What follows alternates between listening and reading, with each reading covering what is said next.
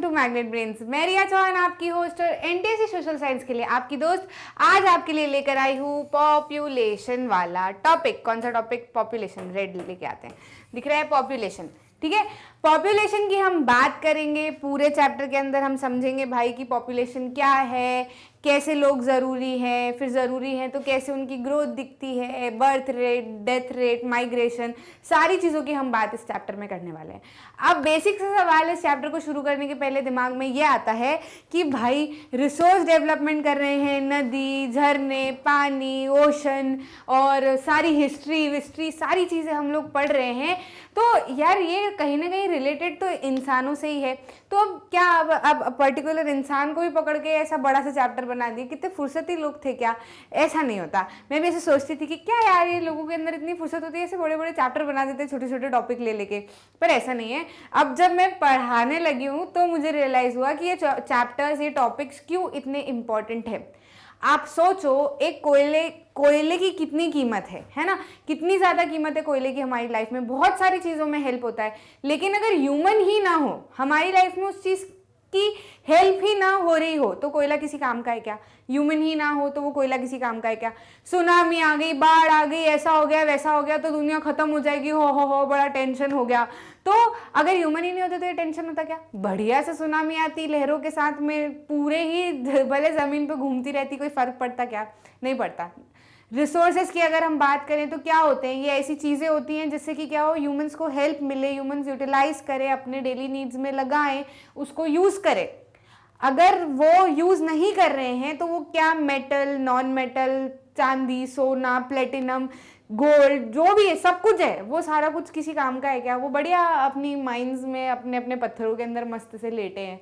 कोई फ़र्क पड़ना है क्या? उनकी कोई कीमत है क्या बिना इंसान की? क्या जानवर उनको उस तरीके से यूज़ कर सकते हैं जिस तरीके से हम यूज़ कर पाते हैं? नहीं ना। तो ये हर चीज़ की वैल्यू सिर्फ और सिर्फ ह्यूमन से है।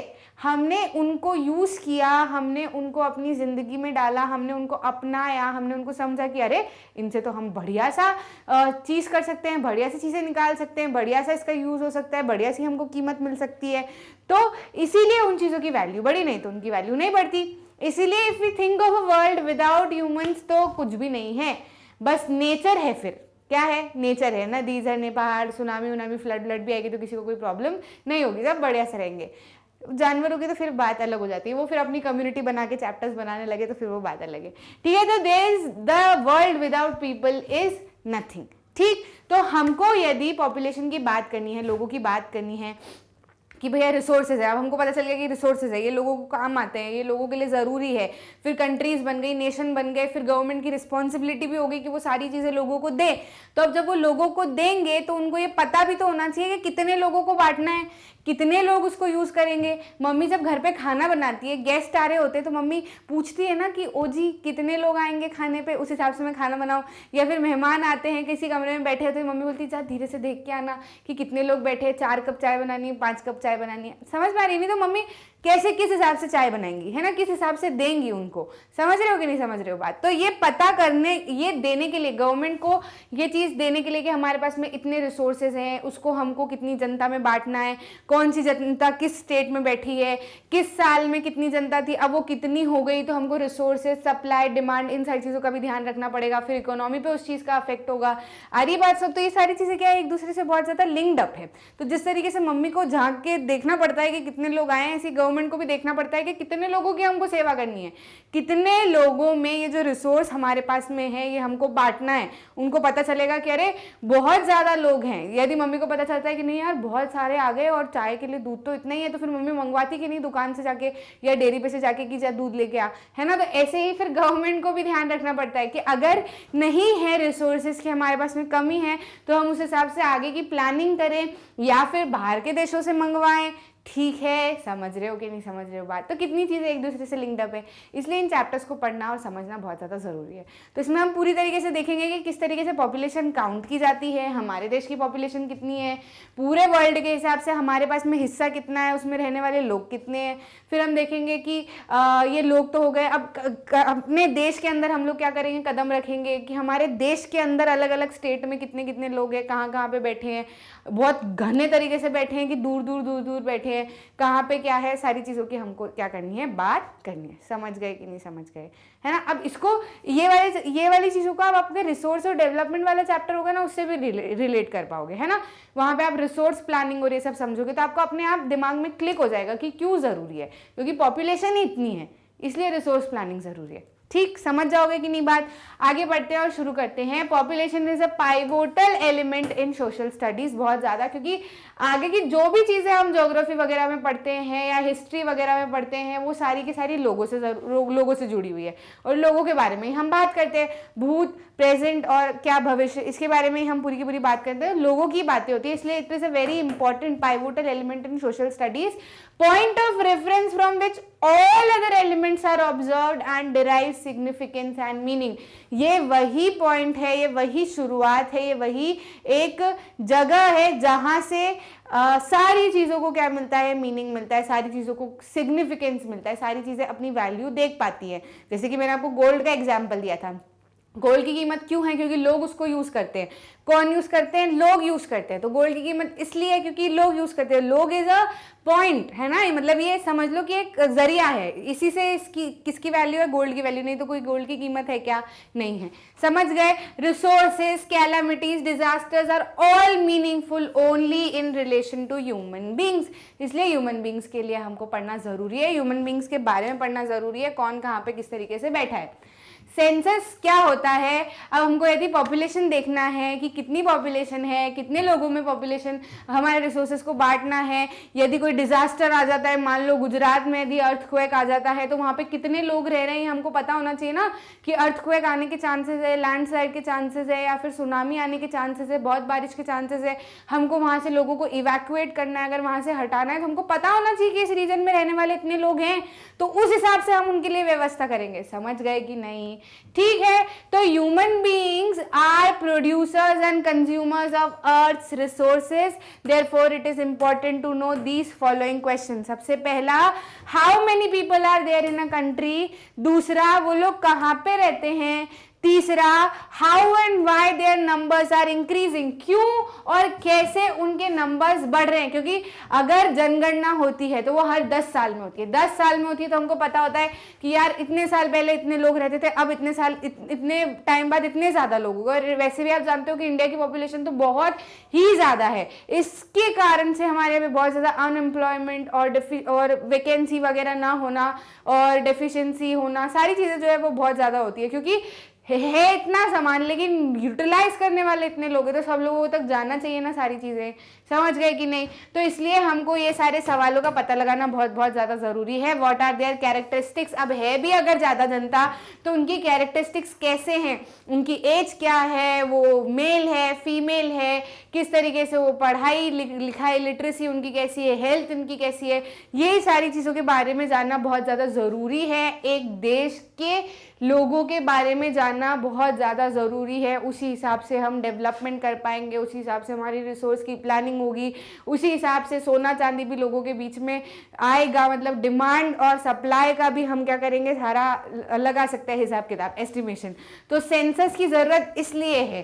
सेंसस क्या होता है, जनगणना। जनगणना मतलब गिनती, लोगों की गिनती। छोटे होंगे, अभी भी कभी आते होंगे, अभी भी 2021 में भी, मतलब हर 10 साल में होता है, 2001 में हुआ, 2011 में हुआ, 2021 में, ठीक है। तो जनगणना जो है वो हर 10 साल के अंदर होती है, और वो इसीलिए होती है ताकि हम क्या कर सके, सारी प्लानिंग कर सके। और ये सेंसस की ज़रूरत इसलिए क्योंकि हमको इन सारे सवालों के जवाब हर साल, हर 10 सालों में, कम से कम हर साल नहीं तो हर 10 सालों में तो चाहिए ही चाहिए होते हैं। सेंसस होता क्या है, census of India provide us with information regarding the population of a country. किसी भी कंट्री की पॉपुलेशन हमको पता चलती है किसकी मदद से, जनगणना की मदद से। जनगणना को ही इंग्लिश में क्या कहते हैं, census. It is an official enumeration of population done periodically, हर मतलब पीरियड्स में, जैसे कि मैंने आपको बताया ना 10 साल में होता है, तो क्या पीरियोडिकली हो रहा है ना, हर 10 साल में होता है, तो उसका एक डेटा होता है सेंसस, ठीक है, ऑफिशियल डेटा होता है। फर्स्ट इंडियन सेंसस कब हुआ था, 1872 में हुआ था। फर्स्ट कंप्लीट सेंसस कब हुआ था? 1881 में हुआ था। फर्स्ट कंप्लीट सेंसस पूरे वर्ल्ड का नहीं बोल रहे हैं, ये इंडिया की बात कर रहे हैं, ठीक है। हमारे यहाँ के ईयर्स बताए जा रहे हैं कि कब कब फर्स्ट इंडियन सेंसस हुआ, और फिर ये तो मतलब हो सकता है ऐसे हल्का फुल्का ही हुआ, फिर जो पूरी तरीके से अच्छे से बढ़िया तरीके से कब हुआ था? 1881 में। Held regularly every 10th year. कब कब सेंसस जो है, what is the period of doing a census, ऐसा तो आप अगर एमसीक्यूज वगैरह में आ जाते हैं तो आपको पता होना चाहिए कि हर 10 साल में होता है, ठीक है। It is the most comprehensive source of demographic, social and economic data. हमारा सोशल, इकोनॉमिक सारी चीजें जो है वो किसमें पता चल जाती है? बहुत अच्छे से सेंसस में हमको पता चल जाती है, ठीक। कोई परेशानी तो नहीं इसमें। आगे बढ़ते हैं। We are primarily concerned with 3 major questions about the population। ये पॉपुलेशन को लेके 3 मेजर क्वेश्चन जो है इसको लेकर हम क्या है, बहुत ज्यादा कंसर्न है। इतना हमको पता चल जाता है तो पॉपुलेशन का बहुत सारा डेटा हमको ऐसे ही पता चल जाएगा। ऑलमोस्ट सारी चीजें पॉपुलेशन के बारे में हमको पता चल जानी है इन क्वेश्चन से, ठीक। हमारा पूरा चैप्टर जो है वो समझ लो कि ये एक उसकी शुरुआत है कि हमारा पूरा चैप्टर इन एंड अराउंड इसके आसपास ही रहेगा। एक एक करके हम सारी चीजों की क्या करेंगे, बात करेंगे। पहली चीज किसकी बात करेंगे? Population size and distribution. India की पॉपुलेशन की साइज कितनी बड़ी है उसके बारे में बात करेंगे। फिर बड़ी तो है या छोटी है, जो भी है उसको डिस्ट्रीब्यूशन, उसका डिस्ट्रीब्यूशन कैसा है कि किसी स्टेट में ज्यादा है, किसी स्टेट में कम है, कहाँ पे कम है, तो किस रीजन से कम है ना। इन सारी चीजों की हम बात करेंगे। How many people are there and where are they located. कितने लोग हैं और वो कहाँ कहाँ पर लोकेटेड है, ठीक है। ये इसका क्वेश्चन है, ठीक, समझ गए। उसके बाद में हम बात करेंगे population growth and process of population change. Population को हम थोड़ा सा एनालाइज करेंगे कि इतने साल पहले तो इतनी थी, उसके बाद में फिर इतनी हुई, फिर इतनी हुई, फिर इतनी हुई, तो ये क्या है? पॉपुलेशन चेंज है, ठीक है। ये ग्रोथ है या जो भी है वो हम देखेंगे कि ग्रोथ हुई है कि डिक्रीमेंट हुआ है, उनके बारे में बात करेंगे। उसको एनालाइज करेंगे कि किस वजह से हुआ है। क्या क्वेश्चन बनेगा इससे? How has the population grown and changed through time, ठीक। उसके बाद में हम बात करेंगे कैरेक्टरिस्टिक्स और qualities of the population. Population है, बड़ी है, छोटी है, ठीक है, जो भी है, कहाँ पे बैठी है, सब समझ में आ गया, लेकिन किस तरह की है? रिया मैम है, अच्छी है, मतलब रिया मैम जैसी भी है, क्या पढ़ाती है क्या नहीं पढ़ाती है वो सब ठीक है, लेकिन कैसे पढ़ाती है, किस तरीके से दिखती है ना, समझदार है नहीं समझदार है, अच्छे से पढ़ा रही है नहीं पढ़ा रही है, कंटेंट दे रही नहीं दे रही है, तो ये क्या हो जाएंगे? कैरेक्टरिस्टिक्स हो जाएंगे इंसान के। तो वैसे ही हमारे पॉपुलेशन के कैरेक्टरिस्टिक्स क्या हो जाएंगे? उम्र कितनी है भैया, सेक्स कंपोजिशन कैसा है, मतलब कि मेल ज्यादा है कि फीमेल ज्यादा है, इसके बारे में हम देखेंगे। लिटरेसी लेवल्स, पढ़ाई लिखाई के बारे में हम बात करेंगे कि कितनी ज्यादा लिटरेट हमारी सोसाइटी है। ऑक्यूपेशनल स्ट्रक्चर, किस तरीके से लोग अलग अलग ऑक्यूपेशन में क्या है, ऑक्यूपाइड है, कोई कैसा काम कर रहा है, कैसा काम कर रहा है, तो उसके बारे में हम देखेंगे। And health conditions, all in all उनकी हेल्थ कंडीशन कैसी है, अगर खराब है तो उसके लिए फिर क्या मेजर्स हमको लेने हैं।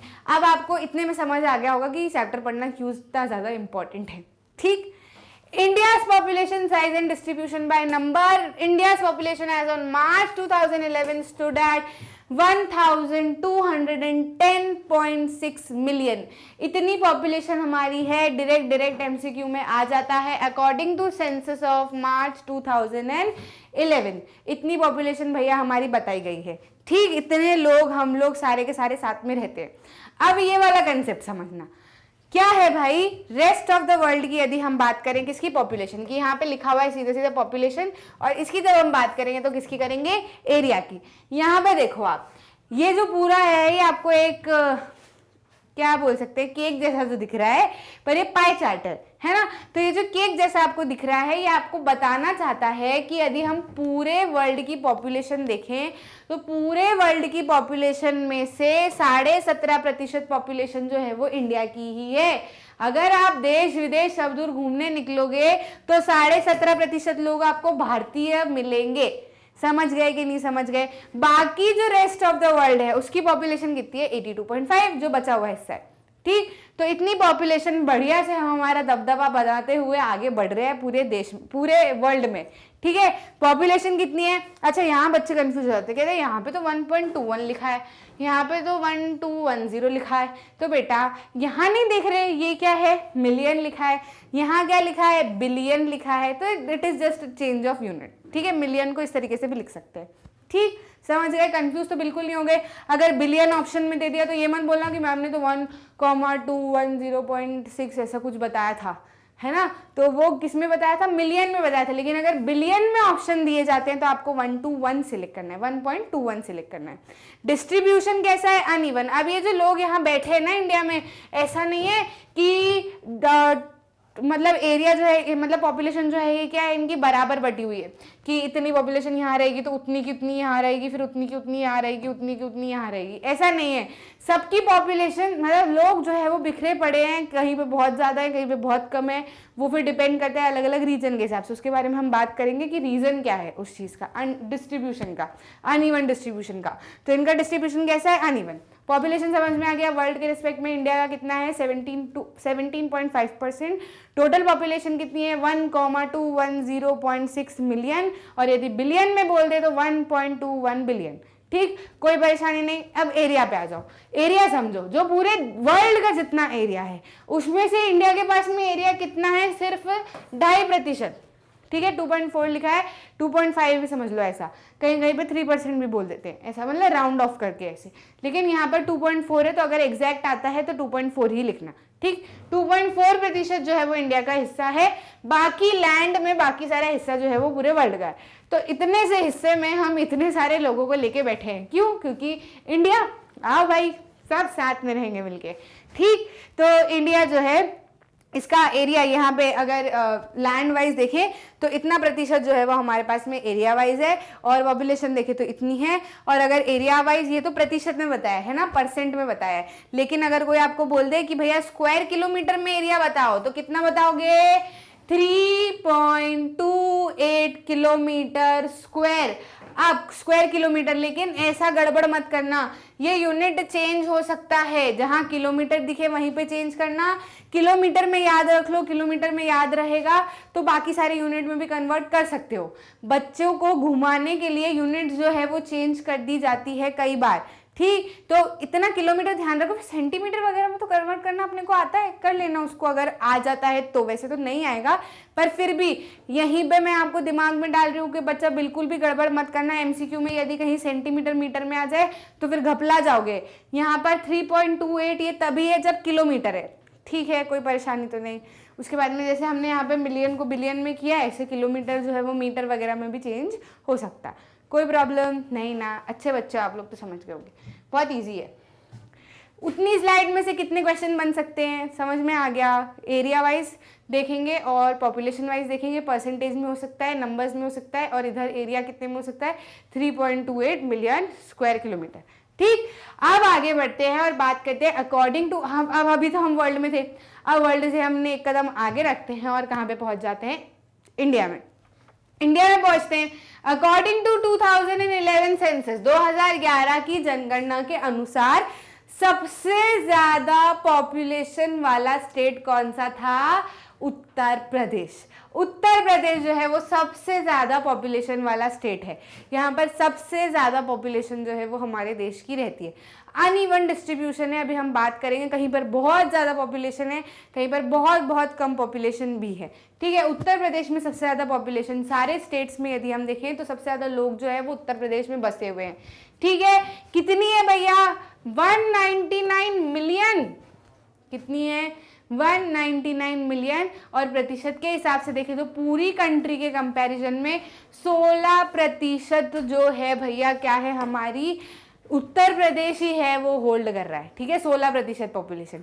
ठीक है, तो अब अगर एमसीक्यू में क्वेश्चन आता है which is the most popular state of India, तो आपको बोलना है Uttar Pradesh. According to census of 2011 कितनी पॉपुलेशन है, 199 मिलियन है। कितना परसेंटेज होल्ड कर रही है, पूरी इंडिया की पॉपुलेशन के हिसाब से 16% होल्ड कर रहा है कौन, उत्तर प्रदेश। ठीक है, हिमालयन स्टेट ऑफ सिक्किम की यदि हम बात करें तो यहाँ पर सिर्फ 0.6 मिलियन पॉपुलेशन ही है। वहीं लक्षद्वीप की बात करें तो सिर्फ 64,429 लोग ही यहाँ वहां पर रहते हैं। ठीक, राजस्थान की हम बात करें तो एरिया वाइज अगर आप देखोगे ना तो राजस्थान इंडिया का सबसे बड़ा स्टेट है। एरिया वाइज अगर हम देखें तो राजस्थान का कहाँ है, यहाँ मैप में आपको दिख जाएगा। ये जो आपको दिख रहा है ना, ये राजस्थान है, ठीक है पूरा। अब ये एरिया वाइज देखें ना तो ये सबसे बड़ा है, उत्तर प्रदेश से ही बड़ा है। लेकिन पॉपुलेशन कितनी होल्ड करता है? पॉपुलेशन सिर्फ 5.5% ही होल्ड करता है। कितनी होल्ड करता है? 5.5% of total population of India, although it is the biggest state in terms of area. ठीक है, तो जैसा कि मैंने आपको बताया था कि पॉपुलेशन का डिस्ट्रीब्यूशन जो है वो अनइवन है। ऐसा नहीं कि हर स्टेट में बराबर बराबर लोग रहेंगे, है ना। और वो ऐसा भी है कि एरिया भी है ना सबका अलग। अब जैसे राजस्थान सबसे बड़ा है ना, गोवा बहुत ही छोटा है ना। ऐसे अरुणाचल प्रदेश भी थोड़ा थोड़ा छोटा ही है अगर बोलो तो। उधर नॉर्थ ईस्ट साइड के आप स्टेट देखोगे तो बहुत छोटे छोटे हैं। तो उसमें भी चीज़ें डिपेंड करती है, प्लस क्लाइमेटिक कंडीशंस वगैरह पे भी डिपेंड करती है। हम बात करें किस कारण से कहाँ पे ज़्यादा पॉपुलेशन होती है, तो कहीं पे बहुत कम होती है, कहीं पे मॉडरेट होती है। तो रीजंस क्या होते हैं उस चीज़ के, ठीक है। तो इस चीज़ को याद रखोगे। एरिया वाइज जो है वो राजस्थान सबसे बड़ा स्टेट है, लेकिन पॉपुलेशन कितनी होल्ड करता है? 5.5% ही होल्ड करता है। Almost half of India's population lives in just 5 state. India की पॉपुलेशन की अगर हम बात करें तो 1,210.6 है ना पॉपुलेशन थी इंडिया की, मिलियन में, है ना। तो उसमें से जो आधी पॉपुलेशन है ना, समझ लो वो इन 5 स्टेट्स में रहती। कौन कौन से? Uttar Pradesh, Maharashtra, Bihar, waste Bengal and Andhra Pradesh. इसमें आधी पॉपुलेशन समाई हुई है। बाकी सारी टुकड़े टुकड़े में अलग अलग जगह पे बैठी हुई है। ठीक है, कोई परेशानी तो नहीं होगी। बहुत इजी था भैया, इतना तो हम ऐसे ही कर सकते हैं। चलो मैम एक स्लाइड और क्लियर, आगे बढ़ते हैं। India's population distribution by density. अब डेंसिटी से हम क्या समझते हैं? फॉरेस्ट का एग्जाम्पल लो, सिंपल सा। फॉरेस्ट, हम किसी फॉरेस्ट को देख के क्या बोलते हैं? अरे तो बहुत घना जंगल है ना, बहुत घना जंगल है। किसी के बालों को देख के हम कहते हैं ना, किसके बाल तो बहुत घने हैं। मतलब क्या? मतलब इतनी जगह पे बहुत सारे बाल है ना। और मतलब फिर इतनी बहुत सारी जगह है तो फिर बहुत सारे बाल हो गए। ऐसी जंगल में भी होता है कि इतनी जगह पे गए तो यहाँ पे तो बहुत सारे पेड़ है। तो जब सारी जगह पर आप जाओगे कलेक्टिवली देखोगे तो बहुत सारे पेड़ हो जाएंगे, तो आप उसको क्या कहते हो? घना। तो ऐसे ही अगर हम पॉपुलेशन की बात करें तो इसका मतलब क्या? छोटे एक यूनिट स्क्वायर एरिया में अगर हम बात करें तो उसमें जितनी पॉपुलेशन है, नंबर ऑफ पॉपुलेशन पर यूनिट एरिया, है ना। हर यूनिट एरिया पे कितनी पॉपुलेशन रहती है, वही क्या कहलाएगी? डेंसिटी। जैसे कि अगर मेरे बाल, अगर मान लो मेरे नहीं, दूसरे का एग्जांपल दे देती हूँ। मान लो कोई खुशी आयुषी कहीं पे भी बैठी है तो उनके बाल जो है वो ओवरऑल देखें तो बहुत ज़्यादा घने हैं। तो उसको आप डिफाइन कैसे कर सकते हो कि हर यूनिट एरिया पे बहुत सारे बाल है, तो यूनिट एरिया मिला लिया तो बहुत सारे बाल हो गए। समझ गए कि नहीं समझ गए? बहुत इजी सा एग्जांपल है। इससे इजी एग्जांपल और डेंसिटी के लिए नहीं ले सकते, ठीक है। तो ये ऐसा कहना चाह रहे हैं कि मान लो कि 1 किलोमीटर हम इधर चले, 1 किलोमीटर हम इधर चले और इसका स्क्वायर बना लिया 1 किलोमीटर का, तो ये एरिया कितना हो गया? 1 किलोमीटर स्क्वायर, है ना। तो ये यूनिट एरिया हो गया ना, है ना, एक यूनिट का एरिया हो गया ये। तो इस पे जितनी ज्यादा पॉपुलेशन होगी उतनी ज्यादा डेंसिटी होगी, जितनी कम पॉपुलेशन होगी उतनी कम डेंसिटी होगी। जैसे डेंसिटी अगर हम ऐसे पढ़ रहे हैं तो ये क्या हमको समझ में आ रहा है? नंबर ऑफ पीपल पर यूनिट एरिया, है ना, पर यूनिट एरिया, ठीक है, पर यूनिट एरिया। तो अब जितने ज्यादा लोग यहाँ पे होंगे, है ना, तो मान लो एरिया के कंपैरिजन में लोग ज्यादा है ना, तो न्यूमरेटर जब बड़ा होता है डिनोमिनेटर से तो ओवरऑल वैल्यू बड़ी आती है ना, तो डेंसिटी क्या हो जाएगी? ज्यादा। मतलब एक जगह पर बहुत सारे लोग रहेंगे, उस जगह पर बहुत सारे लोग रहेंगे। अब अगर मान लो कि एरिया के हिसाब से लोग कम है ना, तो लोग सेक्रेट रहेंगे, मतलब स्कैटर्ड रहेंगे ना, कोई इधर ऐसे दूरी पे बैठे रहेंगे वो लोग, ठीक है। तो न्यूमरेटर जब छोटा होगा और डिनोमिनेटर बड़ा होगा तो ओवरऑल वैल्यू कितनी हो जाएगी? हमारी छोटी हो जाएगी ना, स्मॉल हो जाएगी, छोटी हो जाएगी ओवरऑल वैल्यू, ठीक है। तो ओवरऑल वैल्यू छोटी हो जाएगी यानी कि डेंसिटी छोटी हो जाएगी। डेंसिटी छोटी हो गई मतलब ऐसा नहीं कि लोग छोटे उससे हो गए, ऐसा नहीं। लोग जो है वो उतने एरिया में दूर रहेंगे, इकट्ठे ऐसे नहीं रहेंगे, डेंस नहीं रहेंगे, समझ गए? ठीक, चलो डेंसिटी वाला कंसेप्ट आई होप आपको समझ में आ गया होगा। पढ़ लेते हैं एक बार। Calculated as number of persons per unit area, है ना। India is one of the most densely populated countries of the world. इसका मतलब यह है कि इंडिया में आप जाओगे तो आपको हर जगह लोग दिखेंगे, है ना, अच्छे से, मतलब बहुत डेंस है। यहाँ की पॉपुलेशन क्या है? डेंस है, घनी है।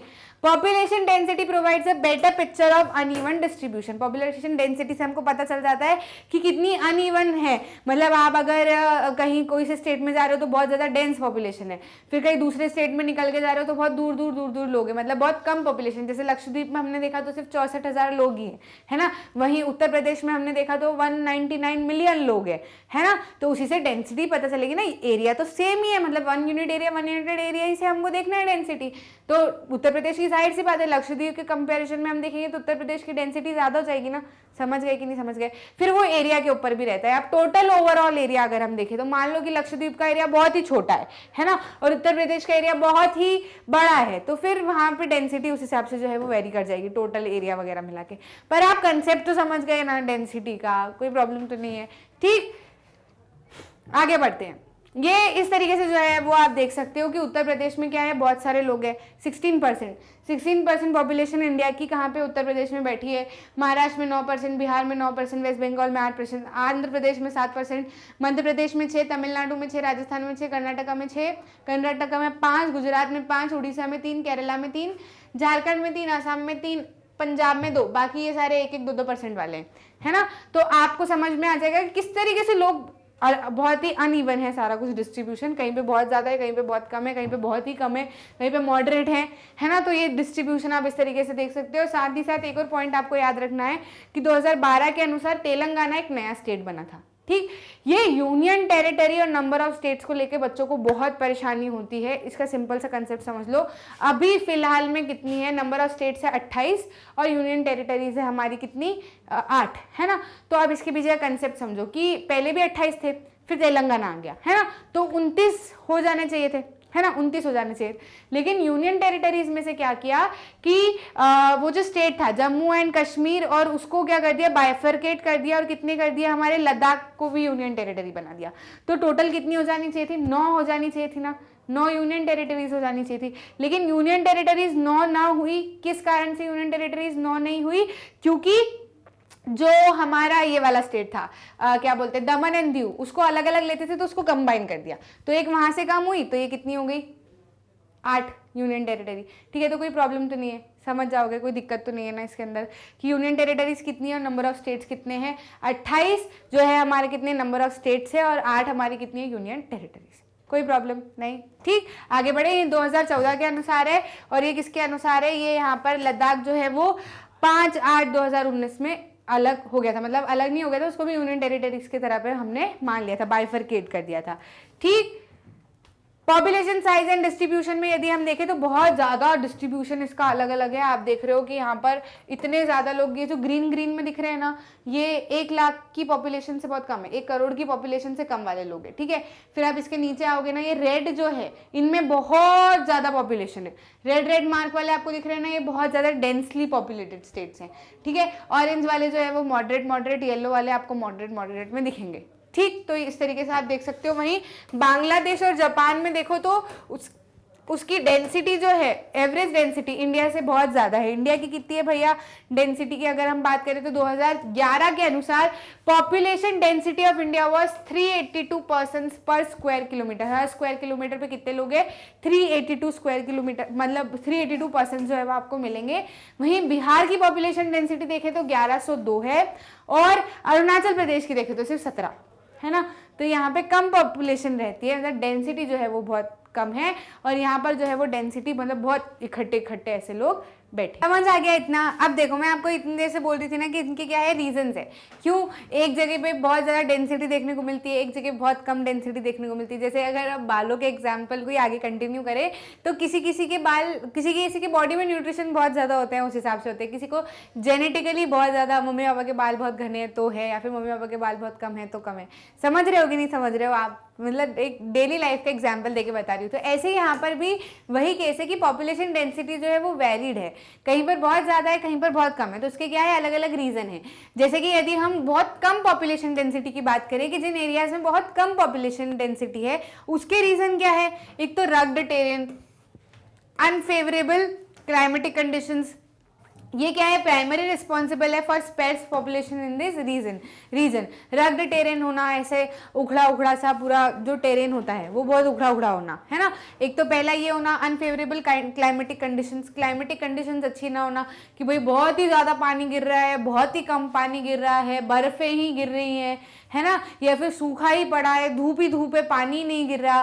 तो फिर लोग ऐसी जगह पे क्या करते हैं, रहना कम पसंद करते हैं। कहीं कहीं बहुत सारे drought prone area, flood prone area होते हैं जहाँ पर बहुत ज़्यादा बाढ़ें आने के चांसेस होते हैं, तो लोग परेशान हो जाते हैं, कहाँ परेशान होंगे, चलो यहाँ नहीं रहते, कहीं और जगह पे रह लेते हैं। तो ऐसा इन रीजन्स के कारण भी कहीं कहीं बहुत सारे एरियाज है जहाँ पर बहुत कम पॉपुलेशन जो है वो देखने को मिलती है। अरुणाचल प्रदेश हो गया, छत्तीसगढ़, हिमाचल प्रदेश, जम्मू एंड कश्मीर, मध्य प्रदेश, मणिपुर, मेघालय, नागालैंड, मिजोरम, राजस्थान, सिक्किम एंड उत्तराखंड, है ना। अब कहीं कहीं जगह पे ऐसा रहता है कि पॉपुलेशन तो रहती है ठीक ठाक ही, लेकिन एरिया बहुत बड़ा होता है ना, तो फिर लोग दूर दूर स्कैटर्ड भी हो जाते हैं, ठीक है, समझ रहे हो कि नहीं। तो डेंसिटी फिर उस हिसाब से भी कम देखने को मिलती है। अब जैसे मध्य प्रदेश में ऐसी कोई प्रॉब्लम नहीं है, हमारे मध्य प्रदेश में ऐसी कोई प्रॉब्लम है नहीं कि बाढ़ आती हो या फिर ऐसा कुछ हो, सब ठीक ठाक चलता है, लेकिन फिर वो एरिया भी बहुत कई जगह पर जो है वो मेजर फैक्टर देखने को मिलता है। अब लीस्ट पॉपुलेशन समझ में आ गया। मॉडरेट पॉपुलेशन की अगर हम बात करें, जहाँ पर मॉडरेट पॉपुलेशन है, तो hilly, dissected and rocky nature of terrain, moderate to low rainfall, ठीक ठाक पानी जहाँ पर गिरता हो, shallow and less fertile soil, have influenced population densities in these region, है ना। तो यहाँ पर जो है वो थोड़ा बहुत ठीक ठाक है, जैसे जो भी सारी कंडीशन होती है वो ठीक ठाक है कि रह लेंगे, चलो कर लेंगे काम, अपने निकाल लेंगे, उस हिसाब से पॉपुलेशन डेंसिटी क्या होती है यहाँ पे, मॉडरेट होती है। आसाम और most of the peninsular reason की हम बात करें तो यहाँ पर मॉडरेट लोग हैं, जैसे कि हिली, dissected, Rocky nature of terrain कैसा होता है, अगर आपने देखा होगा, डाइसेक्टेड मतलब कटा सा, है ना, और हिली रीजन बहुत ज़्यादा होना। तो अगर आप अपने आसाम में वाह ताज का आपने एडवर्टाइजमेंट देखा होगा तो आपने देखा होगा कि टी ग्रो होती है। टी कैसे ग्रो होती है, ऐसे हिली एरियाज पे होती है, वहाँ पे क्या होता है, क्या बोलते हैं उसको, टेरेस फार्मिंग, है ना, टेरेस फार्मिंग होती है। तो उस हिसाब से उसी वैसे ही तरीके के एरिया को क्या बोलते हैं, ये वाले एरिया सारे इसी के अंदर आ जाते हैं। तो यहाँ पर मॉडरेट जो है वो पॉपुलेशन होता है, ठीक। अब हाई पॉपुलेशन डेंसिटी की अगर हम बात करें तो जहाँ फ्लैट प्लेन है, बढ़िया सड़कें एक जैसी है, जहाँ कोई परेशानी नहीं है कुछ लैंडस्लाइड वगैरह होने की, फ्लैट प्लेन्स है with fertile soil, abundant rainfall, बढ़िया पानी गिरता है एकदम, तो यहाँ पर ज़्यादा लोग रहना प्रेफर करते हैं। एरिया वाइज भी अगर देखें तो ठीक ठाक रहता है। Northern plains and Kerala in the south, यहाँ पर बढ़िया पॉपुलेशन है, हाई जो है वो पॉपुलेशन डेंसिटीज यहाँ पर देखने को मिलेगी, ठीक है। पॉपुलेशन क्या है, अब बहुत ज़्यादा डायनेमिक फिनोमिना है। अभी हमने पहला वाला पार्ट जो है वो कंप्लीट कर लिया, ठीक। साइज एंड डिस्ट्रीब्यूशन वो हमने देख लिया कि साइज कैसा है, उसका डिस्ट्रीब्यूशन कैसा है, डेंसिटी कैसी है, सब कुछ समझ लिया। अब हम किस पे आएंगे, ग्रोथ पे आएंगे, ठीक है। Population growth and process of population change, कि पॉपुलेशन ग्रो कैसे होती है और पॉपुलेशन चेंज का जो प्रोसेस है वो किस तरीके का है। पॉपुलेशन बहुत ही डायनेमिक फिनोमिना है, एक साथ में मुट्ठी में आने वाला नहीं, बहुत ही लंबा चौड़ा इसका थोड़ा सा कामकाज है। जैसे कि इकोनॉमी बहुत डायनामिक है ना, कि बहुत सब एक दूसरे से इंटरकनेक्टेड, वैसे ही पॉपुलेशन का भी काम है। The numbers, distribution and composition of population are constantly changing, बहुत ज़्यादा चेंज हो रहे हैं ऐसे नंबर्स, डिस्ट्रीब्यूशन की, भैया कहीं पे बहुत ज़्यादा पॉपुलेशन किसी साल 10 साल में देखने को मिली, किसी साल में हम देखें तो बहुत कम पॉपुलेशन हमको देखने को मिली, मतलब थोड़ा सा मतलब ग्रोथ में चेंज आया है। कहीं पे बर्थ रेट बहुत ज़्यादा हो गया तो डेथ रेट डिक्लाइन हो गई, तो फिर पॉपुलेशन बहुत ज़्यादा हो गया, या फिर डेथ रेट अच्छी हो गई है, बर्थ रेट भी ठीक ठाक हो गई, तो फिर उस हिसाब से पॉपुलेशन में चेंज देखने को मिला। या फिर डिस्ट्रीब्यूशन कोई विद इन द कंट्री एक जगह से दूसरी जगह शिफ्ट हो रहा है, रूरल से अर्बन की तरफ में जा रहा है, तो फिर वहाँ पे पॉपुलेशन बहुत ज़्यादा ऐसे चेंजेस जो है वो देखने को हमको मिलते रहते हैं, तो उसके बारे में हमको बात करनी है। This is the influence of interaction of the 3 death, birth and migration, इनके कारण जो है वो हमको पॉपुलेशन चेंज, पॉपुलेशन ग्रोथ, सारी चीज़ें देखने को मिलती है। इसके बारे में हम मेन जो है इस चीज़ में बात करेंगे। उसके पहले हम देख भी लेंगे कि पॉपुलेशन जो है वो किस तरीके से दिखाई जाती है, एब्सोल्यूट नंबर क्या होता है, ग्रोथ रेट क्या होता है, इसको भी हम देख लेंगे। Growth of population refers to change in the number of inhabitants of a country territory during a specific period of time से last 10 years, क्योंकि 10 years में सेंसस होता है, तो ये हमको पता चलता है कि चेंज पॉपुलेशन में क्या आया है। ठीक है। तो ग्रोथ ऑफ पॉपुलेशन जो है वो नंबर जो इनहैबिटेंट्स यानी जो रहने वाले लोग हैं उनके नंबर में चेंज आना या उनका शिफ्ट होना कि अर्बन में ऐसे अलग हो गए, रूरल में ऐसे अलग हो गए, लोग जो है वो बहुत ज़्यादा शिफ्ट हो गए। तो इसी से हमको क्या पता चलता है कि पॉपुलेशन ग्रोथ हुई है या फिर चेंज हुआ है, शिफ्ट हुआ है।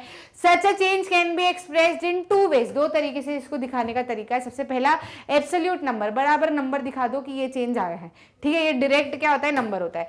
दूसरा होता है परसेंटेज चेंज पर ईयर, है ना, एनुअल ग्रोथ रेट इसको हम बोलते हैं। तो एनुअल ग्रोथ रेट इसको बोलते हैं, इसको हम परसेंटेज में दिखाते हैं, परसेंटेज के हिसाब से बहुत इजी है, कोई ज्यादा बड़ी भारी बात है नहीं। एब्सोल्यूट नंबर की अगर हम बात करें तो एडेड ईच ईयर और decade is the magnitude of increase, हमको पता चल जाता है कि इंक्रीज कितना हुआ है। मैग्नीट्यूड ऑफ इंक्रीज कैसे निकालते हैं, जैसे कि 2011 में मान लो कि इतने नंबर ऑफ पॉपुलेशन, अच्छा यहीं पे हमको चार्ट में भी देखने को मिल जाएगा, कहाँ है ये वाला चार्ट, ये रहा, देखो 2011 में अगर मान लो पॉपुलेशन इतनी है ना, 2011 में पॉपुलेशन इतनी पड़ी भी हमने मिलियन में, है ना, इतनी पॉपुलेशन है, और 2001 में इतनी पॉपुलेशन है। तो ये जो 2011 का एब्सोल्यूट नंबर है किस तरीके से निकला है, 2011 में से माइनस कर दो किसको, इसको ऊपर वाले को, ठीक है, 2011 में से ऊपर वाले को अगर हम माइनस कर देंगे तो हमको ये वाला नंबर मिल जाएगा कि नहीं मिल जाएगा, पूरी तरीके से मिल जाएगा। तो वही क्या होगा एब्सोल्यूट नंबर, कि भैया इतने पहले इतने साल में इतने लोग थे, अब जो है वो नंबर बढ़ के आगे हो गए, तो कितना चेंज आया, आने जो ज़्यादा वाला है उसमें से कम वाले को माइनस कर दो तो हमको पता चल जाएगा चेंज कितना है। ऐसे ये सारे चेंजेस भी ऐसे ही निकले, अपने ईयर से पहले वाले ईयर को क्या कर दो माइनस करके देख लो, तो एब्सोल्यूट नंबर जो है वो हमको देखने को मिल जाता है, ठीक है। तो it is obtained by simply subtracting the earlier population from the latter population, से 2001 फ्रॉम नहीं फ्रॉम 2011 फ्रॉम 2011, अभी हमने वही किया। It is referred to as absolute increase, हमको पता चल जाता है कि इतना एब्सोल्यूट बराबर से इतना इंक्रीज जो है वो देखने को मिला है, ठीक है। एब्सोल्यूट नंबर समझ में आ गया। अब एनुअल ग्रोथ रेट समझो, ग्रोथ रेट बताता है किस स्पीड से किस पेस से जो है वो बढ़ा है। द रेट और the pace of population increase is the another important aspect, क्योंकि एक ऊपरी जैसे नंबर में तो हमने देख लिया, पर रेट परसेंटेज में अगर हमको पता चल जाए तो चीजें बहुत आसान लगती है, 2% बढ़ा, 3% बढ़ा, 4% बढ़ा, है ना, तो समझ आ जाता है। बहुत ही एक कहे तो बहुत ही सीधा सीधा जवाब हमको यहाँ से मिल जाता है। It is studied in percent per annum, की हर साल के हिसाब से हमको पता चलता है कि इतना ग्रोथ रेट जो है वो हुआ है, पर एनम मतलब साल, ठीक है, हर साल के हिसाब से हम निकालते हैं। Example, a rate of increase of 2% पर एनम मीन्स, पर एनम यहाँ पे साल नहीं है, ठीक है, पर एनम यहाँ पे साल नहीं है, एक मिनट रुको। Per annum means that in a given year there was a increase of 2% for every 100% in the base population. Base population में कितना हुआ है, जैसे कि सिंपल से समझो, इसको ज्यादा लोड मत लो, इसको इस तरीके से समझो। एनुअल ग्रोथ रेट क्या होता है, एनुअल हर साल में जो है इसको निकाला जाता है, ठीक है, एनुअल पता करते हैं हम, एनुअल फंक्शन समझते हो ना, हर साल में एक बार होने वाला फंक्शन, ठीक है। तो अब इसका मतलब क्या होता है, जैसे कि अगर 2% का ग्रोथ रेट देखने को मिला, तो 2% का ग्रोथ रेट देखने को मिला मतलब क्या, कि 2 लोग बढ़े हैं किस पे, हर 100 लोग पे, हर 100 लोग पे 2 लोगों की बढ़ोतरी हमने देखी है, तो क्या हो जाएगा 2%। ऐसे 3%, 4%, 5%, 6%, 10% इसी तरीके से देखा जाता है। तो यही क्या होता है, हमारा एनुअल ग्रोथ रेट होता है। This is referred to as annual growth rate, ठीक है। आगे बात समझ। अब ये चीज आप देख लो, इस तरीके से आप देख सकते हो कि किस तरीके से पॉपुलेशन 1951 से हम देखें तो ये पॉपुलेशन यहाँ तक बढ़ी है ना, ये जो बढ़ी रही है, मतलब ऐसे तो हमको पॉपुलेशन जो है वो नंबर में तो बढ़ी हुई देखने को मिल रही है सारे ईयर्स में। अगर हम देखें absolute increase in the decade अगर हम देखें तो हमको इस तरीके से दिख रहा है, सारा का सारा नंबर जो है हमको दिख रहा है। वहीं ग्रोथ रेट यदि हम देखें तो ये जो ग्रोथ रेट है ये हमको 1981 तक बढ़ते हुए दिखा ग्रोथ रेट, फिर उसके बाद ग्रोथ रेट जो है वो कम से कम थोड़ा सा कम होते हुए दिखा, ठीक है। इसके बारे में हम अभी देखते हैं। ये हमको ये जो आगे के ये जो डेटा है ये भी यही बता रहा है कि 1971 तक देखो तो आप यहाँ पर 24 तक हमको दिख रहा है, उसके बाद में एक सीवियर डिक्लाइन दिख रहा है। बहुत सारे मेजर्स अपनाए गए थे, कॉन्ट्रासेप्टिव्स वगैरह की, लोगों को इन्फॉर्मेशन लोगों तक पहुँचाना, फैमिली प्लानिंग, इन सारी चीज़ों की बातें की गई थी। तो ग्रोथ रेट जो है वो हमको यहाँ पे से कम दिखने दिखा, हालांकि मैग्नीट्यूड तो है वो बढ़ ही रहा था, लेकिन फिर भी कि जैसे मान लो कि कहीं ना कहीं डेथ रेट ज़्यादा है ना, मतलब बर्थ रेट बहुत ज़्यादा हो गया, डेथ रेट कम है, तो फिर वो नंबर बहुत ज़्यादा बढ़ने को दिखता है और ग्रोथ रेट भी बहुत देखने को मिलता है। अब मान लो कि डेथ रेट जो है उसको भी कम कर दिया गया है ना, कि लाइफ एक्सपेक्टेंसी जो है वो बढ़ा दी गई, लेकिन बर्थ भी जो है वो क्या हो गया, बहुत ज़्यादा कंट्रोल में आ गया, बर्थ रेट भी कंट्रोल में आ गया, तो ओवरऑल ग्रोथ रेट जो है वो क्या हो जाएगा, कम हो जाएगा। भैया नंबर तो बढ़ रहे हैं भले से, लेकिन एक जो ग्रोथ पेस है वो क्या हो जाएगा, कम हो जाएगा। ठीक है, magnitude of rate of India's population growth ये दिखा रहा है, इंडियाज पॉपुलेशन इन इतना, यहाँ से 1901 से 2011 तक जो है वो हम देख रहे हैं कि पीक तक अगर अभी भी कंट्रोल नहीं किया गया तो 2045 तक तो चाइना से भी हम आगे हो जाएंगे, एकदम बढ़िया फूला फला हुआ परिवार होगा इंडिया का, है ना। तो इसके लिए बहुत ज़्यादा कंट्रोल मेजर्स लेने की ज़रूरत है। There are 3 main process of change of population. ये जो पॉपुलेशन में हमको चेंज मिला ये हमने देखा, ग्रोथ रेट में देखा, और हमारा वो जो एब्सोल्यूट नंबर और टोटल नंबर में हमने देखा कि चेंज जो आ रहा है किस वजह से आ रहा है। बेसिकली देखा जाए तो इन 3 चीज़ों की वजह से ही आ रहा है। The natural increase of population is the difference between birth rate and the death rate. Natural increase यदि हम देखें पॉपुलेशन का तो वो इसी वजह से होता है। अब मान लो कि बर्थ रेट बहुत बढ़ गए, है ना, बर्थ रेट बहुत ज़्यादा बढ़ गए, एकदम बहुत ज़्यादा बच्चे जो है वो दुनिया में आ गए, हमारे देश में जो है वो आ गए, ऊपर से डेथ रेट जो है वो भी कम हो गया, है ना, डेथ रेट को स्टेबल कर दिया गया, लाइफ एक्सपेक्टेंसी जो है वो बढ़ा दी, तो लोग ज़्यादा हो गए ना, रहने वाले लोग ज़्यादा हो गए, तो अपने आप देखेंगे कि दोनों के बीच में डिफरेंस बहुत ज़्यादा हो जाएगा, डिफरेंस बहुत ज़्यादा हो जाएगा, तो टोटल ओवरऑल पॉपुलेशन देखेंगे हम तो बहुत ज़्यादा बढ़ी हुई दिखेगी ना। समझ रहे हो कि नहीं समझ रहे हो? तो ये जो डिफरेंस है बर्थ रेट और डेथ रेट का, इसी से हमको क्या पता चल जाता है, एक्चुअल इंक्रीज जो है वो पॉपुलेशन का हम इसके अंदर देख सकते हैं। बर्थ रेट होता क्या है मैम, डेथ रेट होता क्या है, माइग्रेशन होता क्या है, थोड़ा डिटेल में बताओ। तो बात कर लेते हैं। It is the number of live birth पर 1000 person in a year. Live birth जो बच्चे हैं, मतलब एग्जिस्ट कर रहे हैं, लाइव बर्थ है उनका, पर 1000 पर्सन, हर 1000 लोगों पे कितने बच्चे जन्मे, वो बर्थ रेट दिखाता है। रेट आगे लिखा है ना, रेट, तो ये कहीं 100 पे बताता है, जैसे कि हमने एनुअल ग्रोथ रेट देखा था वो 100 पे बताता था, ये वाला रेट किस पे बता रहा है, 1000 पे, तो वो कंपैरिजन के हिसाब से ही बताते हैं। रेट अगर कहीं पे लिखा है तो वो इसी तरीके से समझ में आएगा आपको, उसको दिखाने का तरीका यही होता है कि 100 के हिसाब से, 1000 के हिसाब से, ठीक है। तो हर 1000 बच्चों पे कितने 1000 लोगों पे कितने बच्चे पैदा हुए वो पता चल जाएगा हमको, क्या बर्थ रेट जो है वो बताएगा। It is major component of growth because in India birth rate have always been higher and as compare to death rate. Death rate से ज़्यादा बर्थ रेट जो है वो बहुत ज़्यादा हमारे यहाँ पे है, तो मेजर कंपोनेंट जो है वो ग्रोथ का बर्थ रेट ही माना जाता है। अब शादियाँ ही ऐसे कराते हैं कि बिल्कुल लॉकडाउन मचा रखा है फिर भी शादियाँ करनी है, तो फिर अब बर्थ रेट तो ज़्यादा होंगे ही होंगे। डेथ रेट की यदि हम बात करें, it is the number of deaths पर 1000 पर्सन इन अ ईयर। हर 1000 लोगों पे कितनी मृत्यु हुई वो डेथ रेट बताता है, ठीक है। मेन कॉज क्या है ग्रोथ ऑफ द पॉपुलेशन का, डिक्लाइन इन डेथ रेट। जब बर्थ रेट इंक्रीज होता है तो पॉपुलेशन बढ़ती है, और जब डेथ रेट डिक्रीज होता है तो भी पॉपुलेशन बढ़ती है। अरे मरने वाले लोग अगर कम हो जाएंगे, अगर कम, मतलब नहीं मरना चाहिए वैसे तो, लेकिन अगर मरने वाले लोग कम हो जाते हैं, मृत्यु जो है वो कम हो जाती है, तो भी पॉपुलेशन में स्पाइक देखने को मिलता है ना। 1980 तक हम देखें तो higher rate of population growth किस कारण से था, कि बर्थ रेट बहुत ज़्यादा थे, डेथ रेट जो है वो कम हो गए थे, ठीक है। अब सिंस 1981 देखा गया, जो उसी वजह से आपको जो एनुअल ग्रोथ रेट का जो वो था, इस तरीके से आपको वो दिख रहा था।